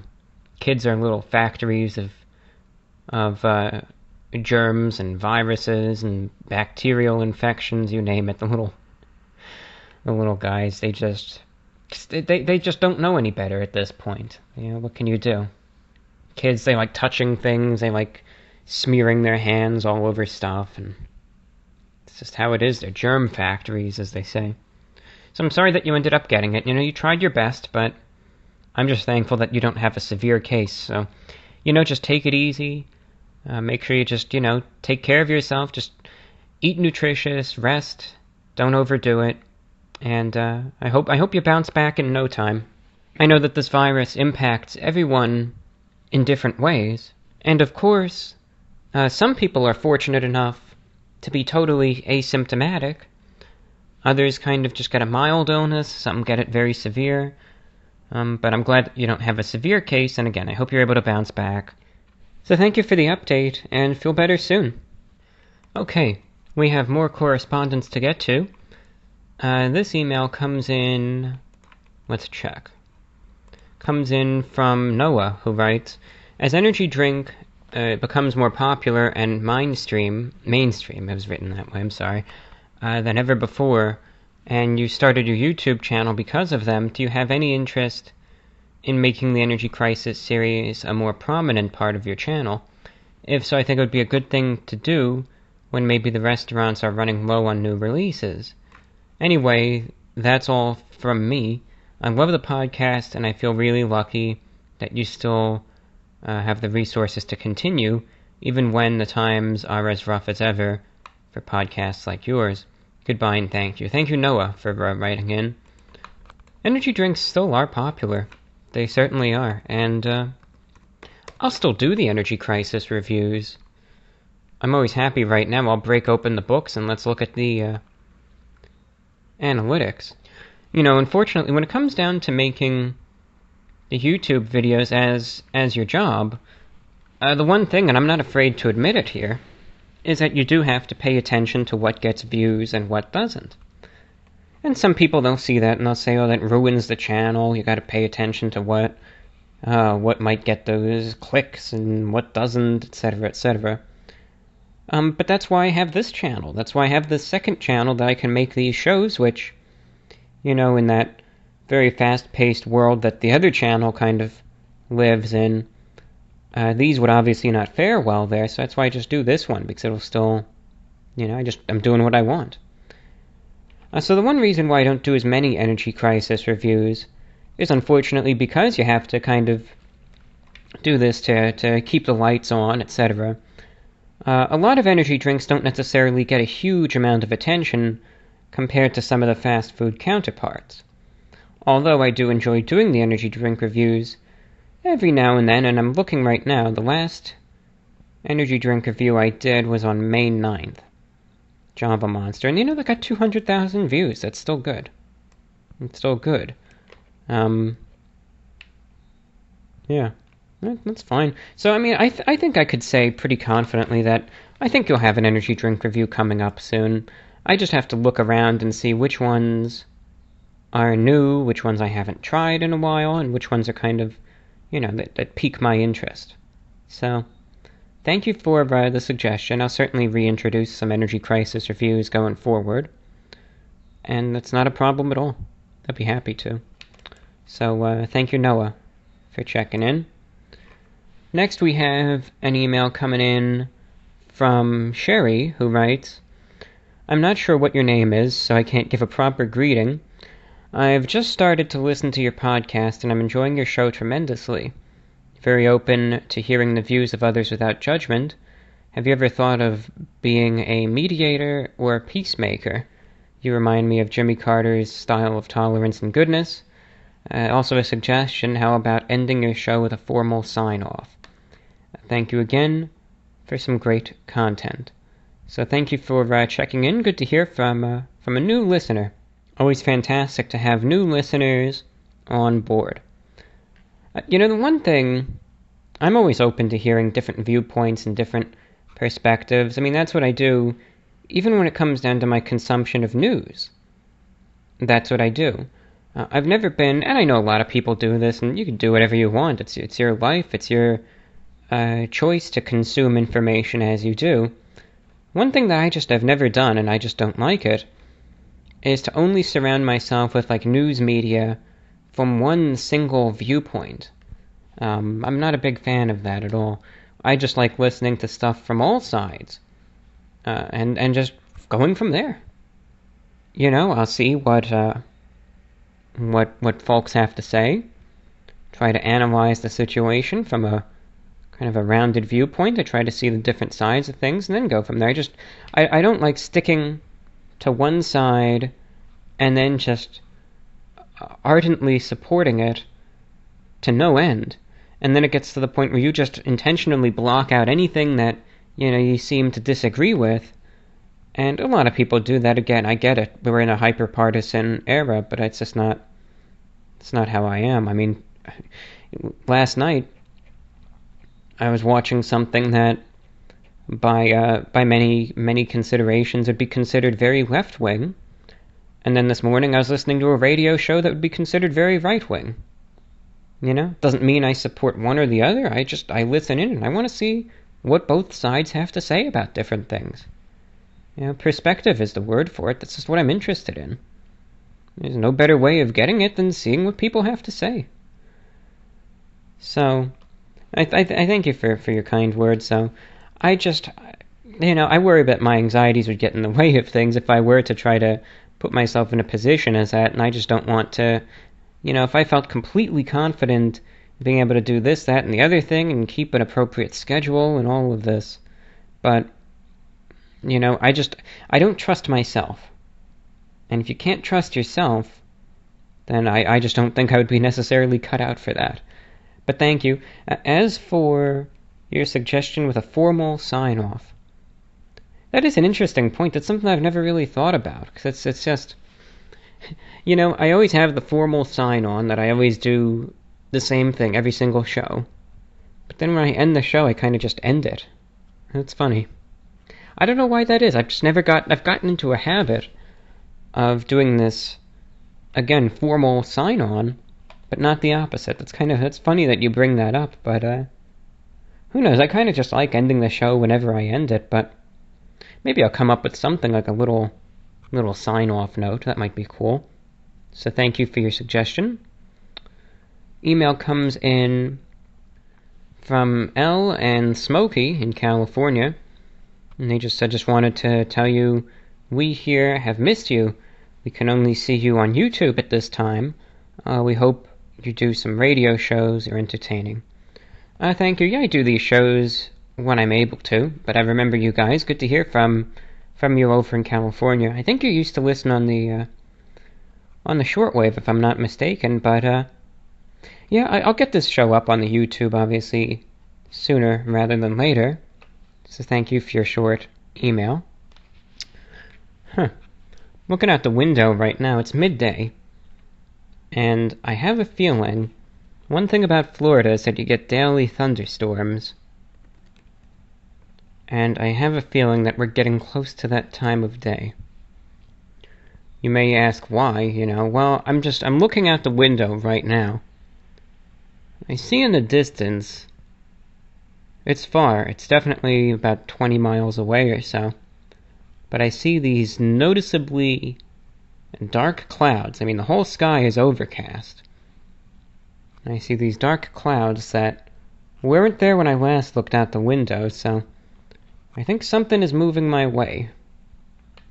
If it does, it does. I'll just keep recording through the storms. Maybe you'll get to hear some thunder. Maybe not. I don't know if they'll really hit. Let's check the weather radar right now. Let's look. The thunderstorms don't really bother me. They're kind of fun, actually. I used to be perturbed by the Florida thunderstorms because of the lightning. I'd always be concerned about it. I'd always worry that, you know, of course, lightning, it really does have its dangers, but now I realize that it was just an anxiety of mine. They're just getting the best of me. So now I've come to enjoy it. Okay, let's check. Alright, here they are on the radar.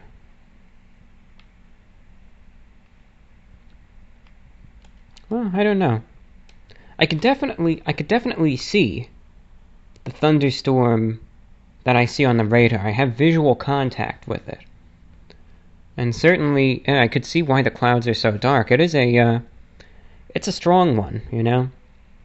You get the little shades, at least here in the US, of color on the radar, and I see it's not even red, but it's got the little bit of the purple in there as well, which usually denotes very strong, at least very heavy rain, some wind, so yeah, that's a good-sized thunderstorm, but I don't know if it's really heading my way or not, but certainly gotten a little closer. Well, yeah, if it hits, it hits. If it doesn't, it doesn't. I'll keep you guys posted anyway.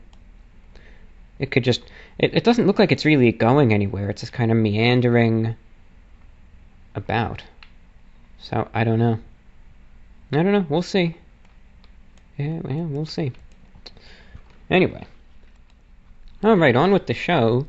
Have an email coming in from Abby, who writes, "Hello, it's been a long time since I've emailed you. Hope you remember me. I used to try to email you every week, but life for me has been so hectic the past several months that I didn't really have the ability to listen to VORW, but recently things have been going much better for me, and I've started pursuing my dream of being an illustrator for a living, and I listened to your most recent show while working. I think I'll be able to listen to your show every week again. Stay safe during these messy times. Sincerely, Abby." Well, thank you. Good to have you back aboard the VORW here. Good to have you listening in. I always welcome new listeners, or regular listeners, or those who have tuned in for a while, then stop listening, then come back. Really, anyone is welcome to listen, anytime, anyhow, any place. It doesn't matter. I do this show for anyone to listen to, and it's great to have you back. So I wish you the best of luck also with your aspirations of becoming an illustrator. Wish you the best of luck there. And I think I do remember you from, I think it was like 6-7 months ago or so. I know it's been a while, but it's good to hear from you again. Thank you for writing in. We've got an email coming in from Gabriel in Missouri, who writes, "To the esteemed Mr.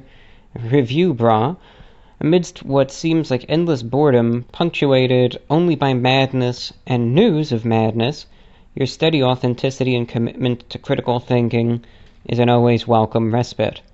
These days it's harder and harder to remember that the world is also full of sensible and compassionate people, willing to listen and willing to think. So thank you for going out on a limb to share your passions, and thank you for being there. As for the show, I have 2 questions. First, what would a high-end Reviewbrah couture fashion line look like? And secondly, yeah, no, that's not going to happen. Would you ever consider doing... Just the thought of it makes... I can't even say it with a straight face. Would you ever consider doing a special Thirst Comments edition of your comment reaction series? Sincerely, Gabriel from Missouri." Oh my goodness, what an email. Well, as for the second question, I sadly don't think that that's going to happen, because some of the comments can be, of course, very angry and very upset. I try, of course, the style of humor is what it is, but I try not to be necessarily overtly sexual in nature. So I would rather just, deal with 20 comments of people calling me, an F-face or something, as opposed to someone, whatever. Let's not even go there. Let the mind... imagine whatever you want to imagine. But I don't think I will be necessarily addressing the metaphorical or perhaps literal, as you said, quote, thirst, unquote, in the comments section anytime soon. But, I mean, I understand it would make for entertaining content, but I just don't think I'm going to go there. But thanks for the suggestion. Secondly, you were wondering, what would a high-end Reviewbrah couture fashion line look like? Well, of course it would be suits. Now, I would branch out eventually and probably have a casual line as well. But I would certainly do suits. Now, this would be, let's say, in a case where I would have so much money that even though suits are in decline, I really wouldn't care. I would just design them, make them, and market them just to do it. Number one, the suits would all it would be in an older style. It would be like vintage, looking clothing that really isn't vintage. I'm not trying to, just that's the style that I like it, and that style happens to be vintage. But a lot of the suits would be very formal. They would be like business suits, pretty much, because that's just what I like wearing. So of course you would have lots of black suits, gray suits. You'd have some blue, brown suits as well, maybe even some very muted, green in there as well. Maybe even a tan suit or two. And of course they would all have wide lapels. I would have some styles that are a little different, some suits that have very wide lapels, some that are a little thinner. I have the 2-button suits with the button stance being maybe a little bit lower, so the lapels are bigger, sometimes a little higher. I'd have the 3-button suits that I think some would be very, very rigid, and others would have more of a gentle lapel roll. Of course, double-breasted suits. Most of mine would be in the very rare, nowadays, 6x1 configuration, and certainly all the suits would be heavy on the fabric. By that I mean they would not be tight. It would be like the antithesis of slim fit, because that's just what I wear. That's just what I like to wear. Slim fit is one of those things, it's just not for me. I don't know, I just prefer the looser clothing. It's much more comfortable, and I like the way that it looks, too. And I don't know, I'm just not all about that. The slim fit suits.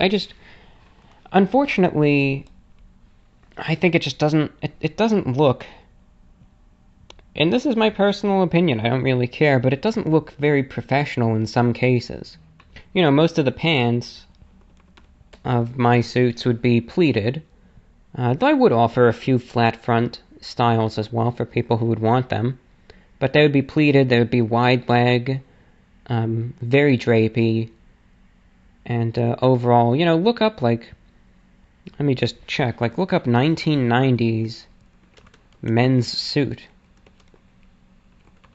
Or suits, I guess, plural. And then go to Google Images. That's the type of stuff I'm talking about right there. That's it. Very drapey, heavy on the fabric, pleated pants, because that's the style that I like. So of course that's what I would reflect as a designer, because also, how many suits like that do you ever see released brand new anymore? You see barely anything. So I would change that up. Even if not a lot of people would ever be interested in them, that wouldn't be the objective. Again, we would be saying that a lot of these, this would be in the case that I had so much money that it's just I could do whatever I want. I would just do this for fun. But I don't know, I'm a huge fan of that look, the 1990s kind of Wall Street look. I don't know, I've always been such a fan of it. For years, for the last 6-7 years straight. That's just kind of the look that I've established and set into. Brooks Brothers, though, they're they used to be a very, very reputable outlet for suits, and I just haven't been a fan of their styles for a long time. And now they're really struggling. Brooks Brothers is not doing all that good. I think they filed for bankruptcy. They're closing their stores because fewer people are wearing suits, and now sales of suits are down huge. Because who's going to the office anymore? No one, because the virus. So why does anyone need to wear one anymore? And they're really struggling. But even they were beforehand. Part of me thinks because the quality of their suits has been going down, and a lot of the styles are just garbage. Let's look at their new arrivals, for instance. from Brooks Brothers. You see, I see exactly what they're trying to do also. They know that fewer people are wearing them, so they're actually trying to go a little more casual. Like some of the new arrivals, some of the suits are just trying to have the model with no tie, you know, because look at they're so cool, they could be casual, and it's just silly. It's like they're trying too hard. If I were forced, if someone, you know, said, "I'll kill you if you don't buy a Brooks Brothers suit," then I'd have to go with the Madison fit suit. Just browsing their website right now. But like, okay. What is this called? Madison Fit. This is the first one that I see. Madison Fit Combo Check 1818 suit. And it's supposed to be the most traditional cut, but even then it looks like it's slim fit to me. The jacket just looks a bit short. The pants especially, I'm not a fan of that. No pleats. Looks like it's just wrapped around the guy's thighs. It looks like... It's not to the point where it looks like it would just, like, tear at the seams if he tried to sit down, but it's getting close. I don't know. Just doesn't look comfortable to me. And that's supposed to be their most, traditional fit. Oh, they're selling face masks, if you'd believe that. Let's look at this. Yeah, that makes sense in today's market, of course. Let's see what the Brooks Brothers face masks look like. It's fairly priced. Well, let's see, what would a 20-pack cost? Well, for single-use masks, honestly, these are expensive then. See, I was looking at the wrong thing. A 20-pack of Brooks Brothers face masks would be $70. Wow. 100 masks would be $300. Yeah, it's interesting. Well, anyway, I got sidetracked and got really distracted, so thank you, Gabriel in Missouri, for writing in once again. Next up, let's see what other emails we have coming in. Listener correspondence coming in from Richard in Scottsdale, Arizona, a first-time writer. Says, I've been a long-time fan of the YouTube channel and love the reviews, but only recently started listening to your show. I probably listened to 20-plus episodes at work in the last 2 weeks. You mentioned in a previous episode that you moved to Florida and you enjoy the warm weather due to sensitivity to cold temperatures. But the housing market in Orlando is a disaster. Have you ever thought of living in the American Southwest? And is there a specific reason for Florida? I lived in Florida once before, but found myself coming back to Arizona. There are lots of misconceptions about our climate, as many think it's 115 plus degrees for 12 months out of the year. Summers here are hot, but have low humidity, and the other 8 months out of the year are absolutely beautiful. I grew up with cold winters in the Midwest and never want to go back. Our housing market doesn't sound to be as near as overpriced as parts of Florida, and we are the fastest growing county in the United States. Take care, and thanks for all of the original content from Richard. Thanks, Richard. Thank you for your question as well. Well, the reason being is that absolutely, now there are some similarities between Arizona and Florida, especially, of course, the warm weather. But one thing I fear, anyway, is that that it would just be too dry. That's my concern.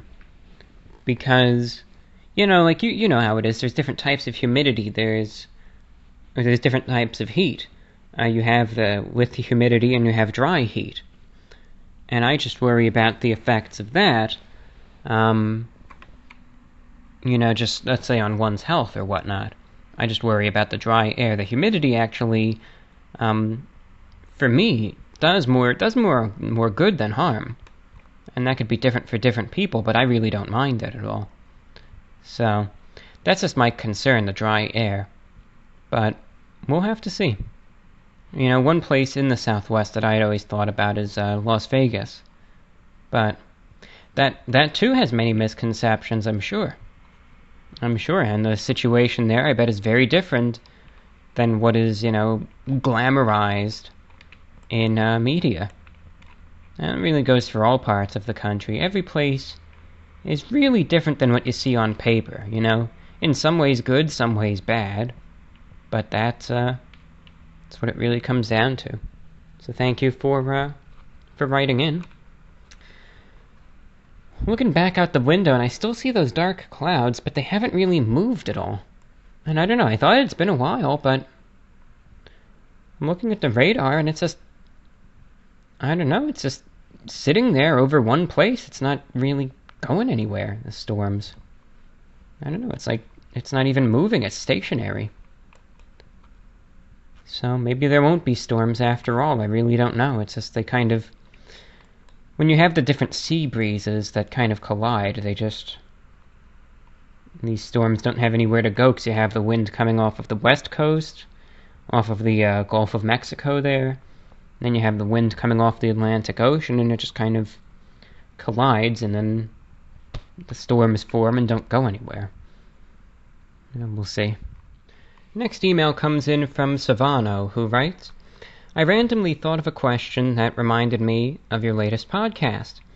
Why do you think so many people are obsessed with other people's political views, who they want to govern their state and country?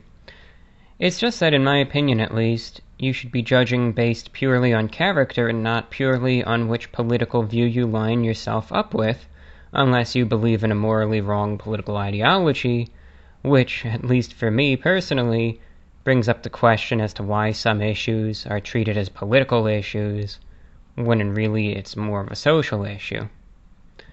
Like, is it really that political to think everyone deserves and has the right to be equal? I've always been more of a in-the-middle person, where I can see positives as well as many negatives on all sides of the political spectrum. I know politics and economics are likely always something that is to be flawed, but I'm sure we can do better than this. Maybe I just think too much about this kind of stuff because of my anxiety, but it really baffles me that people are so obsessed with other people that they can't even work on themselves. I'm realizing now that there's a lot of writing and not even a specific question necessarily, but I just wanted to know your thoughts. If this is too political for you to answer, I understand. Hope you're doing well, from Savano. So thank you, Savano, for checking in. And, no, not at all, it's fine. The question isn't even inflammatory or anything. It's something that I've wondered, too. I think to answer the first question, because it's a sentiment that I share, mind you. Why are some people so obsessed with politics, etc.? And you said, you should be judging someone based purely on character. Now, I think it's that for some, not everyone, and I'm not really one of those people, but for some, they consider politics at this point in time to be in line with someone's character. For instance, if they support this political party, then they by default have to be a good person. And if they don't, then they're one of the bad guys. You see that ideology a lot, that it's this us versus them mentality. And that's not good. I think that's an awful way to look at things, to tell you the truth. Because, well, what does that do? It drives people further apart. Sure, you have the people that are on the same team as you. You have the people that, at least for now, think the same way and are agreeable. But all it's doing is then, for the sizable number of people who think differently, we're not trying to reach a compromise. We're not trying to reach any sort of way to clear this impasse. Instead, we're actually just making the rift further and further and just counting on a total victory. Anything else just isn't going to work. Well, what if that total victory doesn't happen? And then you're left with just a completely broken, disjointed system full of very angry people, something that could have been totally avoided, one way or another. That's the direction that we're headed to right now, in my opinion. Politics, like I said, has gotten very hyper-partisan, to the point where it's actually, in some cases, I think it's gone past the us versus them mentality. And now it's still that, but it's also good versus evil. And people are literally making politics almost into a sort of Hollywood movie-esque atmosphere where it's like, this side is evil, and this side is good, and we have to fight, at least for now, a metaphorical war against the evildoers, because we're the good guys. You know, both sides look at it that same way now. One side is the scum of the earth, and the other is the best thing to ever hit the world. And there's no exceptions, one single bit. And this is just my observation of what I see. That you have these attitudes where people think that, you know, their side is the right one, their side is the winning team, their side is good, and the other side is bad. The other side are losers, the other side is going to destroy everything if they get things their way. And people are pointing the fingers one way or another. They're not trying to explain things, they're not trying to have a logical discourse, they're not trying to, just talk it over. It just gets further and further and further apart. And that's going to make things harder to unify, harder to fix. In the end, we're all Americans. We're all under we're in the same country here. And I think we should come together and at the very least look at that as a commonality. Try and find ways to work together, but instead we just kind of, in some cases I think it's perfectly justified, but in others we just sit there and fight all day, and nothing ever gets done, nothing ever gets accomplished, and it just makes things worse down the road. Now again, there's problems, and there are many situations where one side may be right and the other is wrong. But the fact that such a low effort is made to try to come together one way or another, is it is what it is. At the very least, I just try to do my part, which isn't much of anything, but I try to do my part of just, when it comes down to media consumption, for instance, I don't surround myself just in some sort of, place where I'm only reinforced by viewpoints that I agree with. I'll listen to things from both sides that I agree and disagree with. And I just make up my own mind. That's why really, when it comes down to all of this stuff, I just am what I am. I don't say I'm part of this faction or that political party or this or that or the other thing. I just am what I am. So, it's it. Middle of the road, and that's all that there is to it. And that's disappointing to some. It's disappointing. One thing I remember, actually 2 points that I just want to bring up just for the sake of doing so, is that you can support who you want to support. You can be left-wing or right-wing or center, or anywhere in between. Regardless, though, of what political ideology you align yourself with the most, one thing that I would personally ask of someone is to just be versed in what's going on and what different sides think. If you're going to establish yourself in one position or another, just make sure you understand the situation before you pick a side. That's all. Nothing wrong with taking sides. Nothing wrong with aligning yourself with a movement you feel passionate about. Just make sure you understand the situation before inserting yourself into it. That's all there is to it, and it's really simple enough when you have this wonderful resource of the internet right at your disposal that you can become very well versed in different viewpoints so quickly, so easily, so effortlessly. That's all. I would prefer critical thought and just doing your own thing as opposed to blind alignment one way or another. But it's kind of funny that I remember, number one, when I kind of said that I'm just middle of the road, some people were very disappointed, and it goes to show, again, how hyper-partisan things are nowadays, that they were acting like it's somehow a bad thing that I might be somewhat neutral.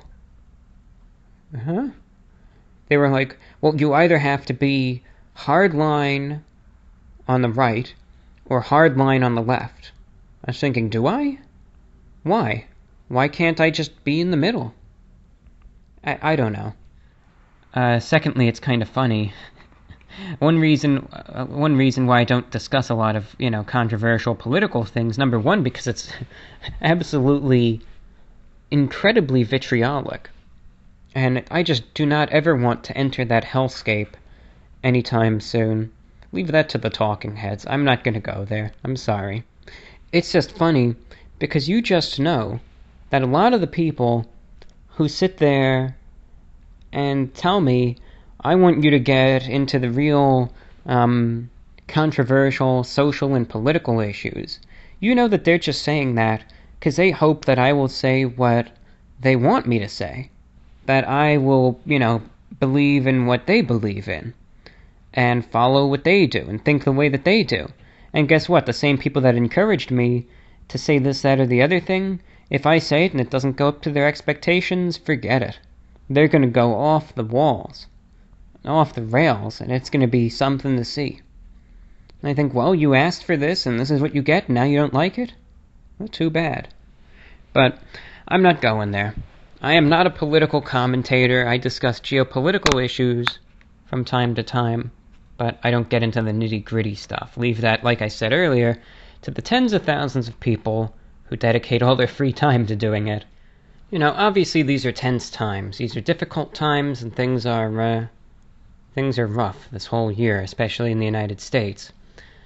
But it's sad to see, things drifting further and further apart. We were talking about this last year, before the virus, before any of the tensions in regards to race, equality, etc., that are also going on at the same time as the pandemic. I was talking about partisan divide, and I was talking about if it weren't for probably the social media and the internet as, I think, a means of pacification, for good though, we might already be in a civil war. And now that sentiment is even stronger. But I don't think we'll ever get to that point, because I just don't think people really want to take to the streets like that. But I don't know. This could have been a point where things could have gotten better, but it seems like it's going the other direction. Things are just getting further and further apart. There's that partisan divide is just getting stronger and stronger by the day, pretty much. I don't know what's going to happen. I don't know what the future is going to hold, but it looks like it's going to be rough. No matter how you kind of look at it. This is the vibe that I'm getting. But thank you, Savano, for your question. A lot of people are very, very judgmental. And again, a good point that you mentioned is that a lot of people, they focus on other people, the failings of other individuals exclusively. They never look at themselves, their own lives, the chances that they have to improve themselves. Instead, they just bicker and brood over other people, and what do they really do for themselves, Nothing wrong with being involved in politics, but it just needs to be a balance, and we can't forget about ourselves. We really can't. Again, we don't take care of ourselves. What does it even matter in the end? We won't even be here. You have to work on oneself as a person, too, and just balance things. It's all about balance. That's what it's all about.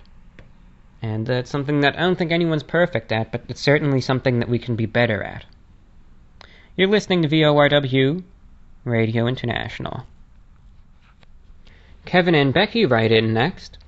Hi, John. First off, congrats on the huge European broadcast. I know that's important to you. Now my questions. Number one, will you be doing an average day video this year? I answered this in the last show, but I'll just reaffirm. I will be doing an average day video, just I don't know when it will come out, but eventually there will be one this year. Question 2, you say your rating scale for running on empty used to be based on a school grade point system, where a 7 was similar to a 70%, thus barely passing. The last many months you've switched to a more 1 through 10 scale, where 5 is average. Can you talk about the decision to switch? The reason why is because for a while it seemed like that made more sense, of course, with grades, etc. And then I had to realize most people are not in school. Yeah, a lot of people who might be in high school or college do watch the videos, but a lot of people who aren't watch them as well. And when you really think of a 1 to 10 scale, you think of 5 being the average. You don't think of 7 out of 10 as barely passing, right? A 5 out of 10, that's average, and a 7 out of 10 is usually pretty good. You don't think on a standard 1 to 10 scale that a 7 is bad, and that, then a 7.5 is still bad, and that an 8 is somewhat good, and then an 8.5 is decent, and then a 9 is pretty good, and, it's like a 9 is excellent. An 8 is extremely good. Even a 6 out of 10 is slightly above average, not a failure. And the problem that I also had with the grade point system, with the 1 through 10, is that with 7 out of 10 being, again, just barely passing, so much of that scale, 70% of it, is based on subpar scoring, and only a tiny fraction of it is actually for decent ratings. So that's another reason why I wanted to change it. And also a huge amount of viewers were very confused by it. And they're saying, well, why is the scale this? Why do you keep giving everything, in the 7s or 8s? What's going on here? I don't understand it. So that's why I changed it. And it was a change kind of made pretty quietly, because I just didn't want to dedicate a whole video to it. And most people didn't notice. It's just because most people naturally accept the standard scale where 5 out of 10 is average. So that's what I did. That's what worked out. And that just is a lot easier for a lot of viewers to understand. And it works out. I think it's a more fair rating system as well. So that's why it is the way that it is, and thank you for writing in, Kevin and Becky. Continuing on with the mailbag, we have an email coming in from James in Phoenix, Arizona. And he writes, I'm a frequent viewer of the food reviews on YouTube, and I've been listening to the radio show on Spotify for the past year. Keep up the good work. The DiGiorno croissant crust pizza has been a hot topic on both mediums lately, and I noticed that you've been beating yourself up over burning the pizza. However, I made the very same pizza last week and was pleased with the outcome. While the cheese turned brown or burned, similar to yours, it did not taste like it was burnt, and I enjoyed every bite. Furthermore, the picture of the pizza on the box and on the DiGiorno website shows some browning of the cheese along the edge. I don't think you should beat yourself up over how you cooked the pizza. I believe that's how it was intended to look. On last week's show, some viewers voiced that they would love to hear more about cryptids and the paranormal, among other topics on your show. You explained that due to YouTube's punishments toward your channel, that wouldn't be possible for the foreseeable future. I was wondering if you had thought about creating a YouTube-friendly version of the show, where you remove the questionable topics/segments before uploading your show, and then you could provide the full show on mediums where it's not prohibited, perhaps Spotify and everywhere else you have the show. Or maybe even launch your own website. I've seen other YouTubers do this for their videos, and when YouTube does not approve of their content. Stay safe from James over in Phoenix, Arizona. Well, thanks, James. It's good to hear from you, and I appreciate your 2 points that you brought up. And I guess I have been a bit rough on myself over that DiGiorno pizza. It's just, I was really upset at myself, especially the night I reviewed it, because unfortunately, and I hate to say this, but, it's just the way that it is. When it comes down to doing these videos on YouTube, again, you have to try to get views, because that's just what you gotta do to get the income. And in doing so, the food needs to appear, at least, somewhat delectable. Not that it necessarily has to be good, it just has to be good enough looking for someone to assuming also that you're emphasizing, if the thing looked rancid, right, then it's okay to showcase that and say this is the worst pizza I've ever had in my life or whatnot. But the thing is, pizza reviews, if the pizza is usually sightly, people click on it, and people, they like a good picturesque, greasy pizza to look at. And I really thought that I had completely ruined it, and I screwed up, and that I felt to me like I really needed to get this video up ASAP. I just had this feeling. It was like telling me, you got to do this right now. And I guess I kind of got that, let it get the best of me. And here I was with this opportunity and this one shot that I felt, because I don't think there was much availability at the grocery store, and I wouldn't be able to get there, and the video couldn't get done then, and it needed to be done. And here I was, I squandered it, I ruined it, so I thought. Now I realize, of course, looking back, that this happened to so many other people. And really it didn't. It happened to a lot of people, and some people actually thought, again, like the browning of the cheese was fine. But I thought that it killed the opportunity, almost the most important part of the video, the potential thumbnail, and it ruined it. And I was so angry at myself. But it's just a pizza, move on from it. And I realize now that it wasn't that big of a deal, that besides, the video did fine either way, and I was letting certain worries get the best of me. And I realized, this is just what the thing does. And either way, the video was not ruined, but, it's just, you fear the worst at first. It's like, oh gosh, this is done, I ruined it, it's burned, it's going to be terrible, I blew it. But then you realize, oh no, maybe this is just how it was supposed to be, and it still worked out, so. Yeah, it was just those worries, really. As for your second comment that you left as well,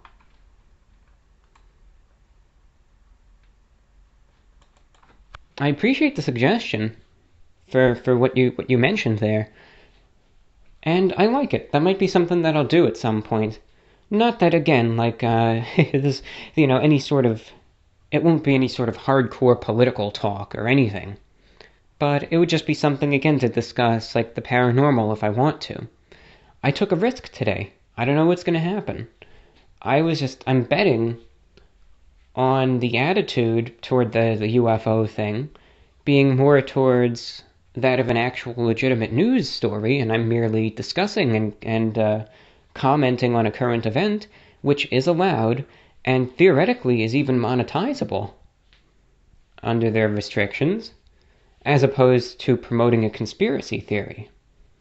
Again, this is the New York Times that we're talking about that talked about this. That's why I kind of said a little snarky, but true. If they decide to take down the video because I discussed it, I hope they take down anything from the New York Times about this as well. Because at the very least, be equal in your punishments. But I don't know, I have a good feeling about this one, so I just took the leap. But in other cases, I may go ahead to the point where, it'll be something like, if, I'll discuss something, but if it's a little questionable, maybe I'll talk about it. Nothing, too crazy, but I'll just record it, of course, as I usually do. But instead of going on YouTube, it'll go everywhere else, and over the shortwave, but not on YouTube. And I don't know if YouTube has a rule against telling people to go to sites other than YouTube. Okay, because I don't want to, again, it's their house, I'll play it by their rules. But even if they do, I could just say something like, if you want to listen to the full show, you could find it at blah, blah, blah. We'll figure it out. But that's a good idea. Again, it's, then I see what you're getting at. It allows for that freedom to discuss various topics that you may have a bad feeling about just with YouTube's policies. I think it's a win-win, so we'll definitely see. But if I do go that route, I'll certainly let everyone know where you can find the full shows, right? Okay, let's check what other emails we got coming in here. we've got CH over in Phoenix, Arizona. We've got a couple listeners in Arizona tuning in. Says it's been a while since my previous email. I watched the latest VORW and had some spare time to respond now that I'm out of college. Figured I'd go ahead and write in from Phoenix. Hope the email finds you well. I thought your strange dream was interesting, and it makes me wonder if all your dreams regarding people have an undertone of menace and ill will. I'll save you the details of my gruesome dreams and give you a quick summary of the most standout as of late. I was exploring with my in-dream wife through this cave system, and she ended up getting impaled by a trap, and I had to remove her still living body and try to find the exit, and in a rather obvious turn of events she died in my arms shortly before finding that exit, and I woke up before I got to start digging her grave. I often experience dreams very vividly, with all senses and in strikingly real detail, whether they are good or bad dreams. I wonder about the purpose of dreams, whether it's preparing us for hypothetical events in the waking world, or just a hyperactive hallucination as a byproduct of our brains not really focusing on making things make sense as they address more important things when we sleep. Our brains maybe use that time to clean itself out and prepare our bodies for another day, amongst other things. Look forward to the next VORW. Like many others, I appreciate all the time and effort you put in. From CH over there in Phoenix, Arizona. Well, stay safe over there in Arizona. And, dreams, I mean, like you said, they can be good or bad. A question that you raised, you wondered if a lot of the dreams that I have with people have an undertone of menace or ill will. A lot of them do. I don't remember all of them. I don't remember all that many. But of the ones that I remember, they usually, I wouldn't necessarily call them bad dreams, but they most certainly do have, or outline, profoundly negative traits or characteristics in society, or they can have a little bit more of a melancholy undertone. Now, that's not to say that everyone in the dreams that I have is bad. In many of the dreams, there are wonderful people in them, good individuals as well. But it is not just all smiles and rainbows and sunshine and all that. You have the good people in an evil world. That's how it usually is. Like, there's lots and lots of bad people, but there's still a few little, shining lights in this sea of darkness, otherwise. And I do remember that I had a COVID-related dream. I guess it was a couple nights ago. I can't really remember it all that well, though. I just had a dream that I had to go to this giant mall. I have a feeling it was probably based off of the Palisades Mall up in New York. And there were so many people there, but I needed to go. And, I decided, okay, well, in this day and age, everyone will probably be doing the social distancing, mask wearing and stuff. And I remember in the dream, even it was like realistic. It wasn't even a very interesting dream. I was strapping on the N95 mask because I thought I would be in a high contact environment. So, you got to go big there. And a good N95 mask can actually protect yourself as well. A lot of the surgical masks or the cloth masks, I think studies have came out that do show that they offer limited protection to the wearer. But, if everyone wears them, that's when they're the safest. It's a collaborative effort. But I do think that they do offer some protection. It's just my ideology. But, of course, the real tight masks, the N95s, etc., are, they're the ones that really do protect you. And, the N95 masks, look, if you thought the surgical masks are uncomfortable, wait until you wear an N95. Those things, I had to wear one the other day, And, the thing is like strapped into your face. It's like cutting into you.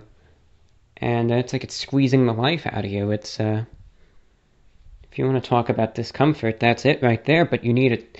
The tighter the seal on an N95, the better. That's what you want, unfortunately. It's not good for you, comfort-wise, but it might keep you safe. But anyway, I remember in the dream having to put on the N95 mask, and I was strapping it in, and it was just like real life. And then I go in, and I was appalled that very few people, there were so many people, there was no social distancing, everyone was kind of like packed, not quite shoulder to shoulder, but almost. And like maybe one in every 15 people even had a mask on, most people didn't. And then I remember I was in line trying to get something, and the guy, I think like right next to me, maybe he was to my left, but like almost shoulder length, was just coughing and coughing, and was just couldn't stop, and was just not doing good. And I had no other choice in this dream, but I couldn't really go anywhere. I had to get this done. And I was sitting there cursing myself, thinking, if he has the COVID, which he may very well be infected with, I know I have this mask, but I have a feeling that I'm probably going to get infected this time around. I'm trying to do everything right, but what can I do in this situation? And right now, I'm probably going to get it. Something's going to happen. Something's going to slip up. Maybe if it can't get in through my nose or through my mouth, it might get in through my eyes, possibly. Be absorbed there, I don't know. And after I was able to kind of get my thing and get away and get out of there, I was walking back, I guess home, and I was really despondent. I was just sitting there thinking I blew it. I tried to do everything right, and now I'm probably going to get it, and I'm just not going to go out anymore. I just don't want to ever do this. Whatever it was can just wait. And I just really hope that I don't get a severe infection. And that's just what I was thinking in the dream. And that was about it. It was just surreal in the dream, which, again, I imagine is true in real life. Knowing the incubation period of COVID-19, let's just say you are pretty sure that you just got infected. You still, if you do become symptomatic, are not going to be, for anywhere from isn't it like 3 or 4 days to as many as 14 days? So, I still felt completely fine, but it's just this surreal feeling that was like, I may very well now be infected, and it's soon going to begin replicating, and I'm still going to feel fine. And then it might hit me. And it was a crazy feeling, but I bet there's many people who, of course, in real life have felt that way. That maybe, legitimately concerned that they've been exposed to it and still feel good, but it's like now you're playing this waiting game. Am I going to start feeling sick? Am I not? And it's this worry, that there's a chance that you have it, but you don't even know at this point. But that's when testing comes in, and that's why it's so important. Next email we have is from Drew over in California. He says, just wanted to drop a line and say, I'm listening to VORW on YouTube. I appreciate the longer podcasts for sure. How are you doing? I actually agree with nearly everything you say, but even if I didn't, people are so strange to go to such extremes. By the way, in California, it's a thing to put cucumbers and strawberries, or just cucumbers, in ice water and drink it that way. Supposed to be really cleansing. Have you ever tried that? Anyway, hope you're well. From Drew. Thank you, Drew. I've had it from time to time, but normally I just go with the ice water, plain and simple, sometimes with a little bit of a twist of lemon, but not too much. I've heard of strawberries, but especially cucumbers. And to tell you the truth, I might have to do that again at some point, this slice of cucumber in the ice water, because let me tell you, that sounds refreshing. It sounds refreshing. And cleansing is also a good word to describe it. So certainly something I would be up to trying. And cucumbers are I've always liked eating them. I don't know, they kind of are watery in a sense, but they're just really fresh, I guess. But otherwise, it's good to hear from you, and I know you're a radio listener as well. And yeah, everything is going good. Everything is really going good. Just, it's turbulent times in the world. Very, very turbulent. And I'm sitting here. I'm kind of multitasking as I'm answering the correspondence and doing the show. I am still looking at the tropical weather, and I'm still looking at the track for the potential storm there. I don't know. Saturday, Sunday might get an impact. Might hit Florida. If it does, it does. I mean, it's like, what am I to do about it? Nothing. So, I don't know. We'll see. I just hope if it hits, it's a tropical storm or a Category 1, Category 2 hurricane. That I can live with. If it's more than that, that's a cause for concern, at least in my situation.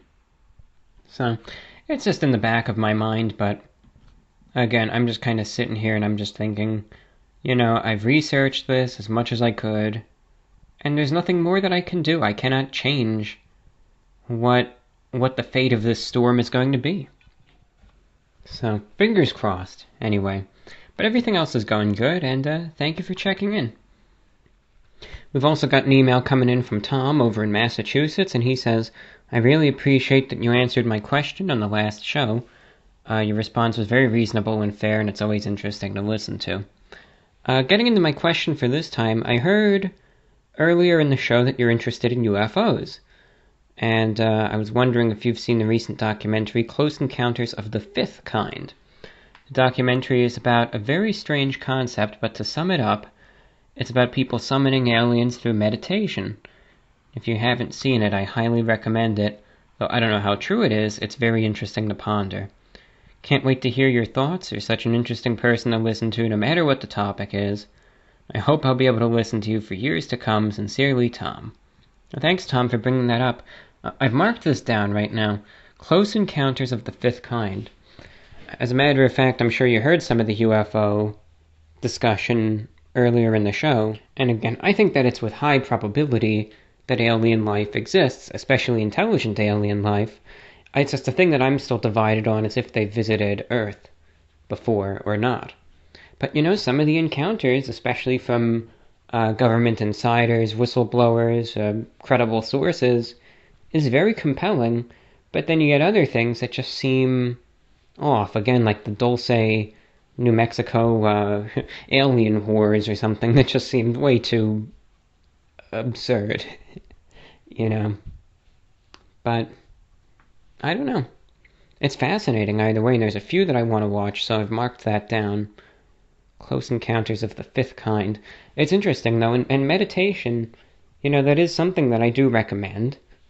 And, I mean, look at some of the Buddhist monks, It's like they can get their mind on a whole another level. Just able to get in this certain state. Who's to say? It's fascinating either way, but I think there's a lot more to life, to everything, than we even know at this point, than we could even begin to comprehend. And that's just my conjecture. That's just what I feel. That's just what I feel. I just think there's a lot more to it than what we really know at this point. So, I mean, who's to say? But, yeah, the UFO stuff it's really cool. Really cool. And one show, of course, that I was listening to a couple times in the last few weeks was Coast to Coast AM with George Norrie. Of course, that show's been around on the radio for decades. And it's still a fun show. I just don't like how some things on it just become so overtly political, or like an infomercial where they have some doctor trying to sell some health remedy when that doesn't really have much to do with the paranormal. And I don't like how on the show they were sitting there trying to politicize the face masks and stuff. I really not a fan of that.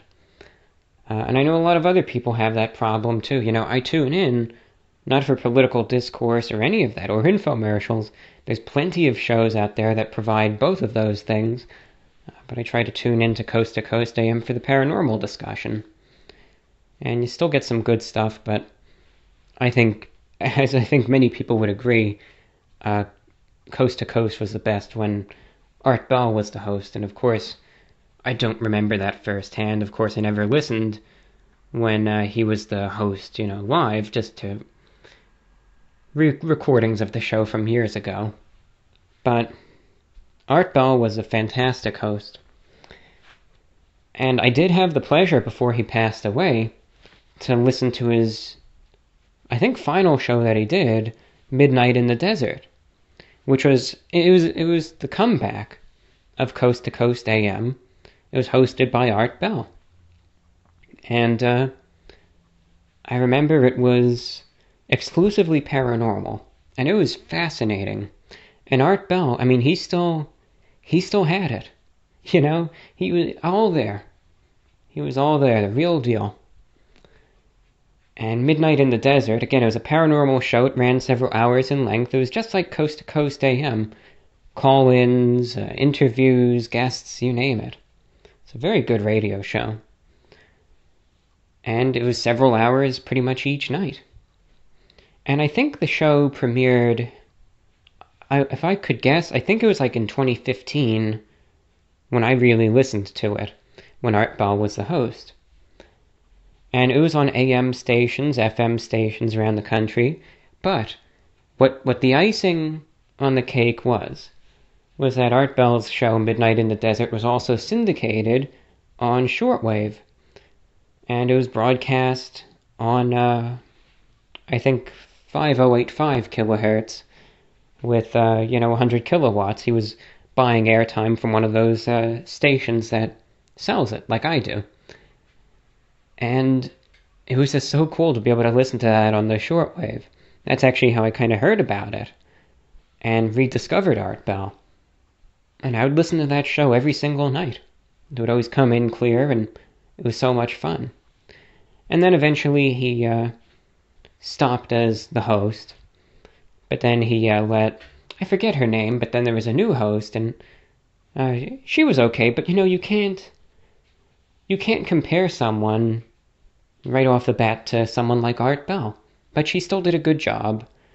And then the new host of the show was still, just doing a great job. And I listened until I think like late 2016, when the station that they were buying airtime on, for some reason, kicked them off the air.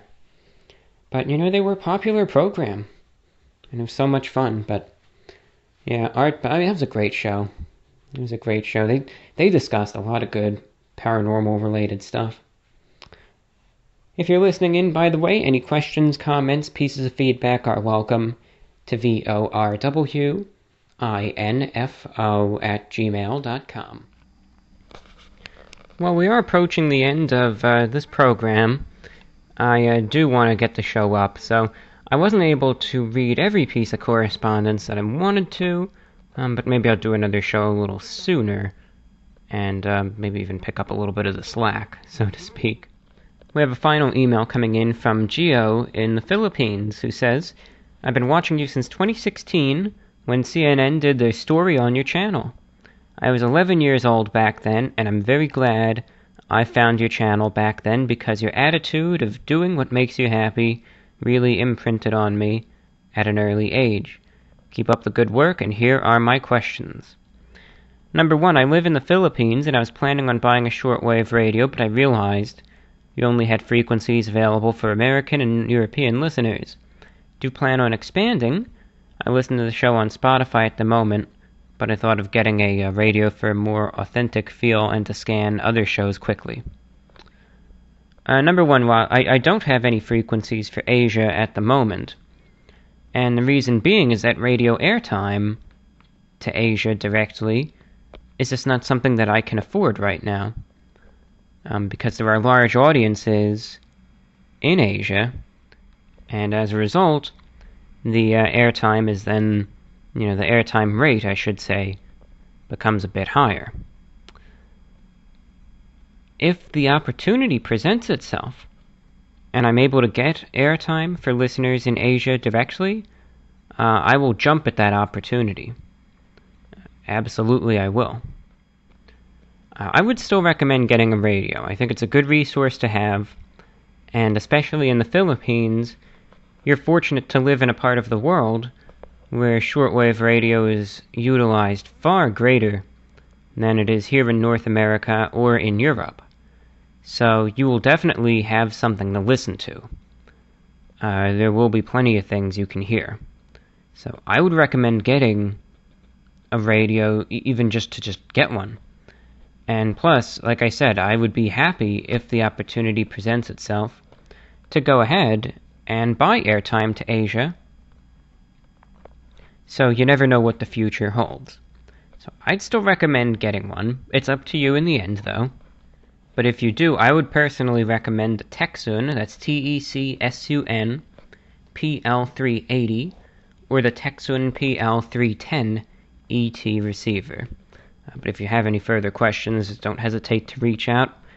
And if I expand the show to Asia one day, I'll certainly let you know what the frequency and time would be. And your second question is, where do you buy your old-style suits? I've been a fan of the 1940s aesthetic for the longest time now because of you, and some 1940s themed video games, particularly L.A. Noire. That's all. Thanks so much for all the great years of content. I plan to buy some merchandise in the near future when the COVID situation dies down to support you and VORW for all the good content you've provided over the years.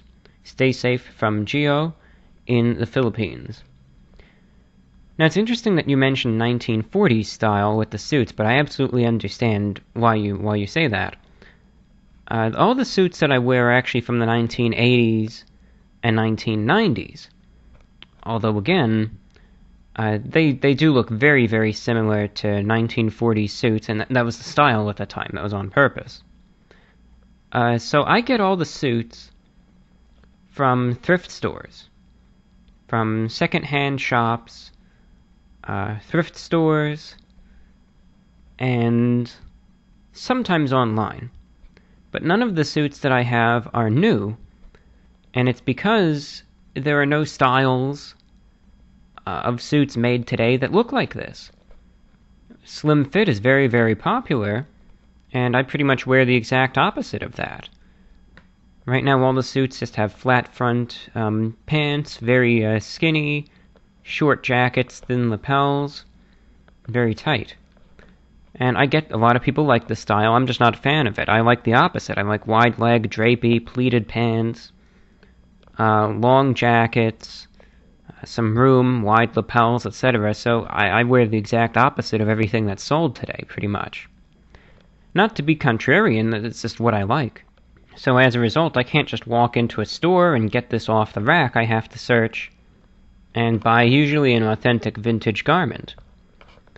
But the fact that it's been worn from other people does not bother me one single bit. I really don't care.